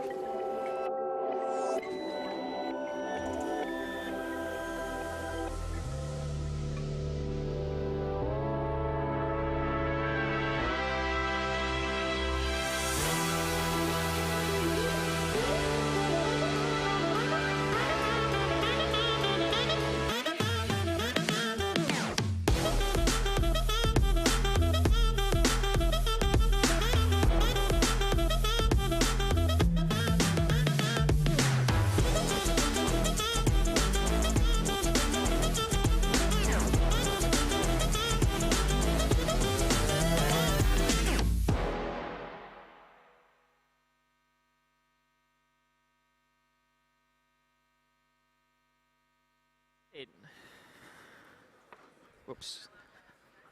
Let me put that in again.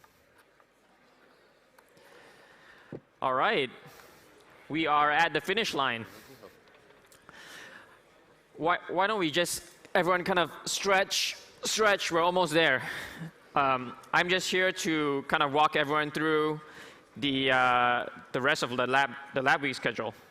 We have a ton of events happening over the next few days, over the next couple of weeks. And we want to take a few minutes to kind of just go day by day, share a little bit about what's happening, and give captains a chance to explain a little bit about what they're doing. Cool. So great. So what I'm going to do here is just, Molly and I are just going to walk through Monday to Wednesday, and then we'll go through like chunks of the lab week schedule, and we'll give captains a chance to tell you a little bit about what they have. So if I could have the captains for, say, Monday to Wednesday, like this week, if you are hosting an event Monday to Wednesday this week, if you could come on stage, that would be great. All right, so the first thing is the PL Summit. You were here already, so check on that. That's awesome. Something that's going to happen right in this very room in a while is the first of our Breakthrough in Computing speaker series. Can you like scroll through? Yep. So we have we assembled a speaker series throughout the whole week with some of the foremost thinkers in new areas of computing. And so think of this as a way of bringing a lot of the conversation about new interfaces to you. So we have people like Nick Bostrom, Alison Duetman. So Alison is the first speaker today. So in a little bit while we'll be, sorry, can you scroll up to Alison? Alison will be speaking virtually here, but we'll have like a salon-like environment where we'll watch a talk, then I'll interview Alison in a kind of fireside-style way, and then we'll break out for kind of discussion about the topics. And then the rest of the week we have Nick Bostrom, you can sort of keep scrolling, Ahmed Ghapoor, hopefully I'm pronouncing that right, Max Techmark, Milan, and Adam from Convergence to talk about BCI. And so on. So a lot of folks talking about AI and AGI. Think of robotics. Think of brain-computer interfaces. Think of Orwellian systems and so on. Please go through the page and hope to see you there. Thanks. And I probably took way too long, so I'm going to encourage other folks to take a lot less time. Yeah, but there's been a ton of work going into the Breakthrough series. I am personally super excited for the speakers we have lined up. So encourage everyone to go to the website, register, and join us. Great, captains, come on up. Cool, so next few days we have Hackerbase, Filecoin Foundation, and FISSION Hackerbase. We have PL Summit, Breakthrough Series that we've talked about. I'll talk a little bit about Opening Party later today. Open Metaverse meetup tomorrow with Mona, and then Funding the Commons, ConsensusLab Summit, PL working sessions on Wednesday. So I'll hand the time over to the captains, 15 seconds each. All right. Hello, we work together asynchronously all year. Once a year we get together and have the chance to work together in person. That's what PL Working Sessions is here to support. We have 3 different locations available starting today through November 4th. Just register at the link on the website on the schedule. We'll match you up with a space and get back to you with the details. Hey everyone, Hannah here from Launchpad team. So Launchpad is an onboarding program, also training program, getting you this 360 understanding of what is Protocol Lab Network and Web3. And so after Palo Alto, Austin, Paris, we're here in Lisbon. It's the 4th edition, so we're super, super excited to have you on Wednesday, this Wednesday at 7 p.m. We are fully booked, but we will relieve some spots this afternoon, so please join us RSVP on Eventbrite. Thank you.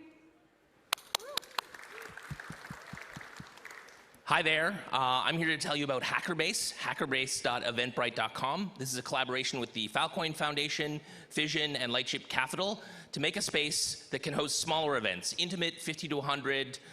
You can do working groups, you can do meetups, you can do quick pop-ups, and it's meant to be there to support you through the whole period. Come and hang out. If you don't have anything going on, you need some quiet time, you want to get together with a few sets of folks, The GarageM space is there for you. Sign up at hackerbase.eventbrite.com, even if you're just going to do a drop-in. Lots of great events. I've even heard that Danny O'Brien will give a live talk for an entire hour, which I'm really excited about. So come join us for that and check us out at GarageM. Thank you. Great. Molly, do you want to talk us through the Thursday onward schedule? Happy to. So on Thursday, if we scroll up, there we go, Thursday, we have Talent Day at the Talent House in Lisbon. We are continuing on our Breakthrough series. We have our Retrieval Market Summit. We have Mona at ETH at Lisbon, which is going to be awesome. Zama is hosting a party. There's a PLN Founder Day that I expect to see many of you at. There's a CASA mini gathering, and a lot of, a DRAND, LOE, and Friends Summit.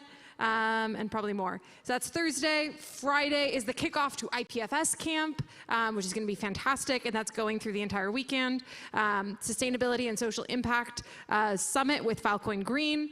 There's a DeFi meetup in Lisbon. Everyone is welcome.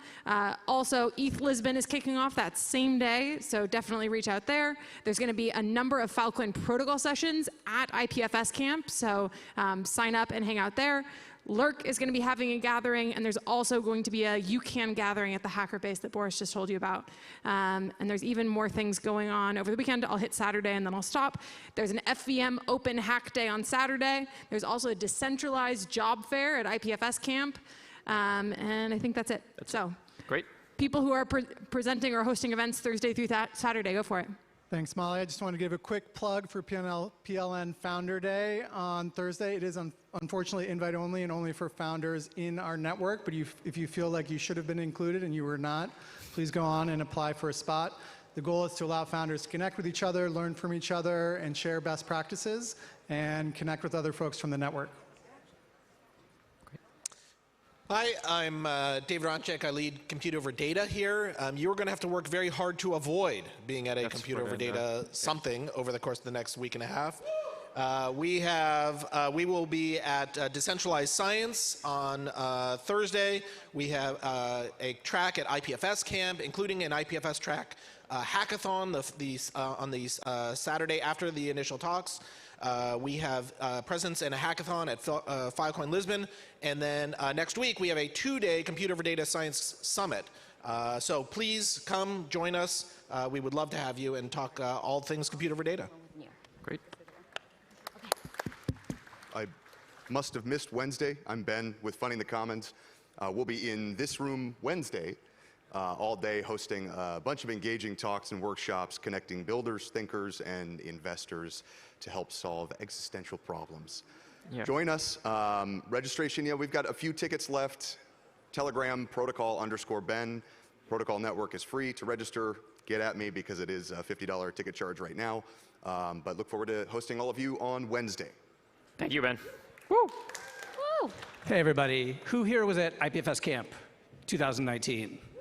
It was amazing. Woo! The rest of you have a chance to be there again because it's happening starting Friday at 10 a.m. If you've noticed a theme in a lot of these speakers, the things they're talking about are actually going to be at IPFS Camp. So you should join us to see what they're talking about and make IPFS better, learn how to build on it. We have curriculum, we have speakers, workshops, an entire expo, kind of like a science fair where you can see what people are doing. Come, learn, build, have fun. See you there. I also hear there's some special edition swag that might be ready on Friday for IPFS Camp. Cool. Okay, everyone else is selling you on their boring daytime work-like events. I am here to sell you on our Phil Lisbon party, October 30th, our interplanetary party celebrating the 2-year anniversary of mainnet launch. Go register. And it is also the end of ETH Lisbon and the kickoff to Phil Lisbon, wrap up of Lab Week. And so it'll be a great time for a party. Thank you, Megan. I should go next because the pre-party before that party is the Filecoin Network meetup that we're having on the 30th as well. Do you see it up there? What day is that? The 30th. The 30th. Sunday. Great. So if you like to drink, you like to eat, which most people do, I think, right? That we'll have that party registered as well. We're almost full, not quite yet. So it's a SP plus investor, plus client, collaboration type of networking event. So hopefully you all can join. Thanks. Thank you. Great, and I know we've mentioned Phil Lisbon a couple of times, but I'm here to tell you, if you really want to come, please register. We are at 1,963 reservations. We are capping it at 2,000, and so if you guys have not registered, please do. We will have limited edition corgis, Filecoin biscuits there that you can only get exclusively at Filecoin Lisbon. That's over 2 days. So the first day will be slightly more technical. The second day will be a little bit less technical, and that will lead us into Web Summit, which is November 1 through 4. We're going to have a huge presence at Web Summit, including a very space-themed booth. And we need all of your help to evangelize the IPFS Filecoin PL network there. And so if you are very, very passionate about working at the Filecoin booth at Web Summit, please let us know. We have very, very, very limited tickets. Web Summit is completely sold out, but we definitely need a lot of good people that are passionate about translating between Web 2 to Web 3. There will also be limited edition Web Summit only corgis that are dressed in space outfits that are only available at Web Summit. And so if you would like to come, please just reach out to me or anyone at the Filecoin Foundation events team. And with that, I did want to wrap up with one more event, which is actually on November 4th, I believe. It is a partnership party we are doing with NEAR. So one of the things that we're doing, as Megan mentioned, is the closing party with ETH Lisbon. So we're trying to get together with the Ethereum community, and then on November 4th, we're doing a party with the NEAR community. And you can also catch Juan with the CEO of NEAR at the second day of Phil Lisbon. Great. Thank you, Clara. Hey, everyone. My name is Ansgar, and this Thursday is the event you don't want to miss. Retrieval Markets. Woo! Woo, woo! It's going to be awesome. Retrieval Markets on Thursday. We have over 20 speakers from 10 different teams in the Retrieval Markets area at large. You're going to hear from experts from peer-to-peer systems, global distributed networks, networking protocols, crypto economics, and everything fun in between. But there's more. Saturn, Filecoin's content delivery network, also launches Thursday. So be there so you can tell your grandkids about it. And beyond that, it's Thursday again, 11 a.m. at the Hyatt Regency, and I look forward to seeing you guys there. Thank you. Great. Thank you, Ansgar. Timo. Hi, everyone. My name is Timo from Secure Finance. We are building interbank-grade capital market for crypto. And we have side event on Friday. The only one DeFi, as far as I know, and that's why you should join. We have financial expert talk from former Goldman Sachs and HSBC. So the capacity is limited. Sign up right now, and I'll see you on Friday. Thank you. Woo! Woohoo! Howdy, my name is JJ. I am on the PL recruiting team, and we have a decentralized job fair. Just, Molly touched on it a little bit, but it's a little bit different registration than the IPFS camp. Free, and it's really to have a space for founders and builders to connect with the Web3 community here in Lisbon. So it's in this facility. Please sign up with the Luma events, and then I heard there's an open bar. So if anything else, great networking event. See you there. Woo! Hey everyone, I'm Matt from Mona. We're hosting a few events this week. On Thursday, we have an incredible event kicking off ETH Lisbon and celebrating the builders of the metaverse. You'll hear from just about a dozen of the top world builders building immersive virtual worlds and their experience entering in over the past year and celebrating some of the incredible worlds built just over a year ago in the Filecoin form. So join us for immersive installations, talks from builders, open bar, as well as some good food as well at Timeout Market in Lisbon. So thanks everyone. Make sure to register, and we'll see you soon. Thank you. Woohoo! All right, fantastic. So there's so much cool stuff going on. I mean, I don't want to brag, and I don't want to pick a fight with Luca who comes after, but I will be talking to you about ConsensusLab and the ConsensusLab summits. And Consensus is Yeah. Consensus is the core building block of blockchain networks, and that's reason enough to come to the event. We will be meeting on Wednesday afternoon, and we have a super cool program. We have around 250 people registered now, but we still have space for a few more as well. You'll note that it said 100 there, so that plan is gone. But yeah, so if you want to hear about the future of Filecoin scalability, of Filecoin core functionality, and Filecoin security, this is the event for you. We do not have corgis, but we also have an open bar. So hopefully that will be enough. Thank you. Woo. Hi, I'm Luca from Cryptonet. In Cryptonet, we do applied cryptography at Protocol Labs. And we are organizing one day of hacking sessions and whiteboarding sessions on the Filecoin protocol. It's going to be here, co-located with IPFS camp. So if you want to hear about Filecoin protocol and how to improve it, please join us. Thank you, Luca. It's going to be awesome. Woo. Be there. Hi, I'm Sarah from the FVM team. So on Saturday, this coming Saturday, we'll have the FVM Open Hack Day. You saw MetaMask now enabled on the FVM. So we'll be taking you through that, including some of the new and good tooling that we'll have. So stay tuned for that. We'll give some few hours with the Eng team and the DX team around to help you out. So we'll help you build it out, as well as have our amazing early builders bringing some use cases in. So they'll showcase that and you can learn from them. And we'll have a happy hour to end it all off, and some limited edition swag. So definitely be there. Thank you, Sarah. Hey, how's it going? Bom dia, that's how you say GM in Portuguese, by the way. So first thing you already mentioned, the Talent Day. It's already sold out, unfortunately, but it's going to be an amazing session with underprivileged talent, which we're flying over from all over the world with you guys to learn with all of you, well, the ones who are registered.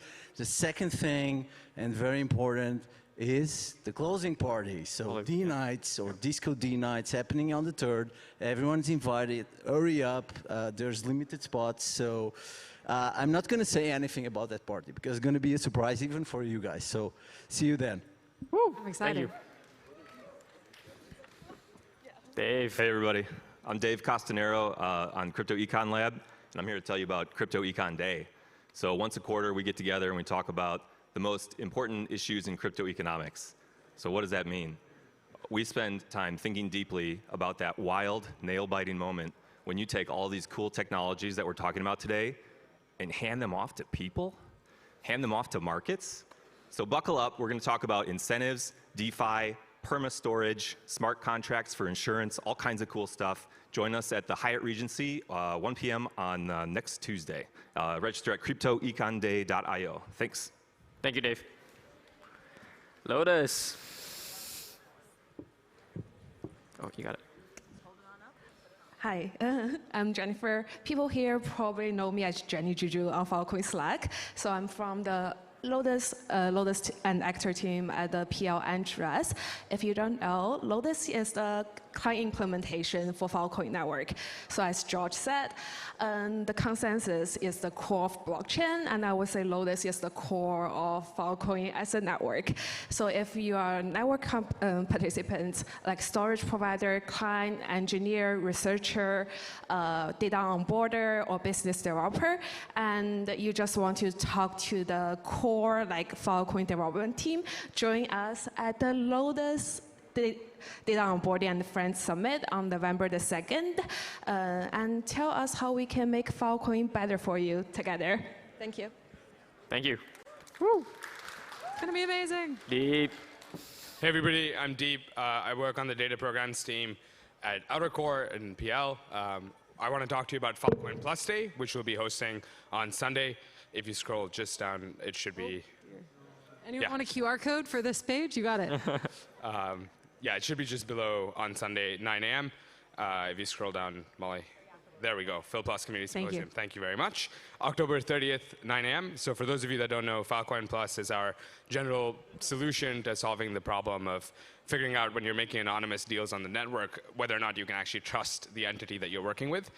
So it's our mechanism to identify clients that are trying to do useful stuff on Filecoin, incentivize their presence on the network, support them long-term with a high quality of service, and ensure that storage providers are able to deliver at a high quality over a long period of time. And so if you're interested in learning more about how the program works, you want to participate, we're going to be hosting notary elections soon, and we'll be announcing next steps for that at the summit.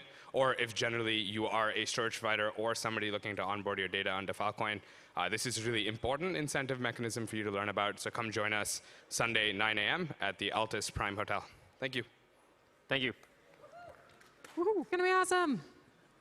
Hi, my name is Sylvan. I'm from the Starboard team, and then we'll be hosting the Filecoin Network Analytics Day next Monday, just a bit after the Field Lisbon main stage ends. It will be at Rotaria. Hope I'm pronouncing it right. Basically, we'll talk about lots of practical network analytics solutions that help people make decisions and build new data software or some of the incentives. So, and one more important thing is we offer free snacks, drinks, and some cool snacks, swags. Thank you. Thank you. Love it. Great. Hi, I'm Sam Burnham with Yatima, here to advertise Lurk Day on Friday at the Broderia Cafe. So there's going to be a series of 5 talks ranging from zero-knowledge proofs on Lurk, which is a Turing-complete language for ZK snarks, to Yatima, which is a formal verification backend for Lurk, Nova, which is a high-speed, trustless ZK snark backend, zero-knowledge dApps, and hardware acceleration on Lurk. So we'll have those speakers and some Q&A, and then a social hour. So seating's limited, so sign up soon or follow us on the live stream. Hope to see you all there. Thanks. Thank you.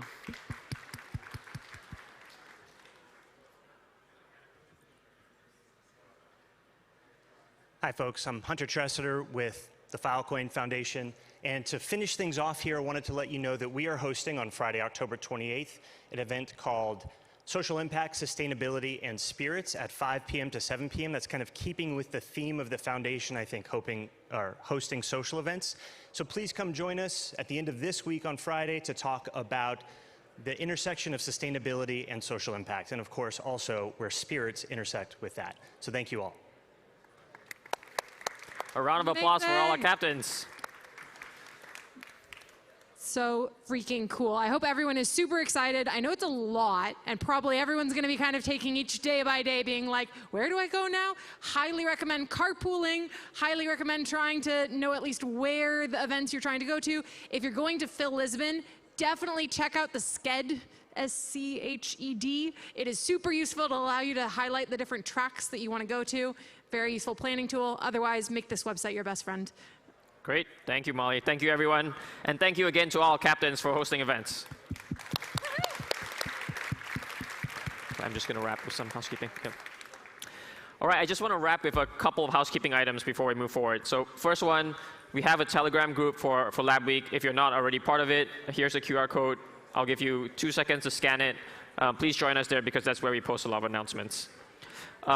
From here, where we go, we have, I think, a short break now, and then at 4 o'clock sharp, we'll start our first Breakthroughs in Computing speaker series on Gaming the Future. You don't want to miss it. This will be from 4 to 6, and then from there, we'll have shuttles running from Convento over to the opening party at Estufa Fria. So that starts at 7. There'll be food, drinks. It's a beautiful venue. You'll love it. And from there, we'll go to the rest of Lab Week. I did want to say I'm very much looking forward to the couple of weeks ahead. I would be remiss if I didn't take a minute to thank all the great people who put in a ton of hard work into making this event happen. So I wanted to take a few minutes to just thank all the people who worked hard on Lab Week. First of all, starting with all the event captains, you saw each of them on stage. We have more than 40 events happening over these 2 weeks. Big round of applause to the captains for all the work that they've put in.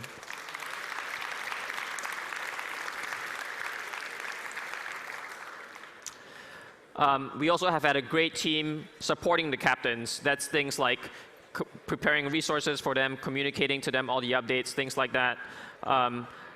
PL working sessions and Hackerbase so that you have co-working spaces to host your own offsites, team events, things like that.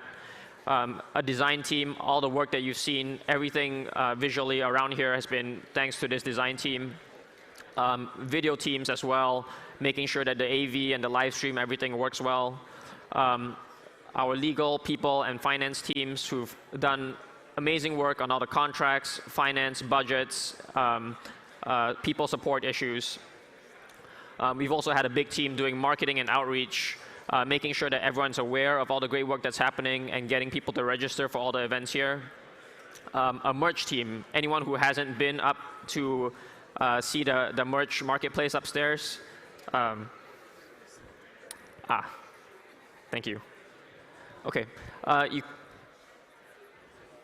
guess the HDMI thing messed up, but I'll just go through the last few people. Leela and the merch team, if you haven't been upstairs to get swag, please do. They have a ton of great stuff. The Amplified Events team has also done a lot of great work.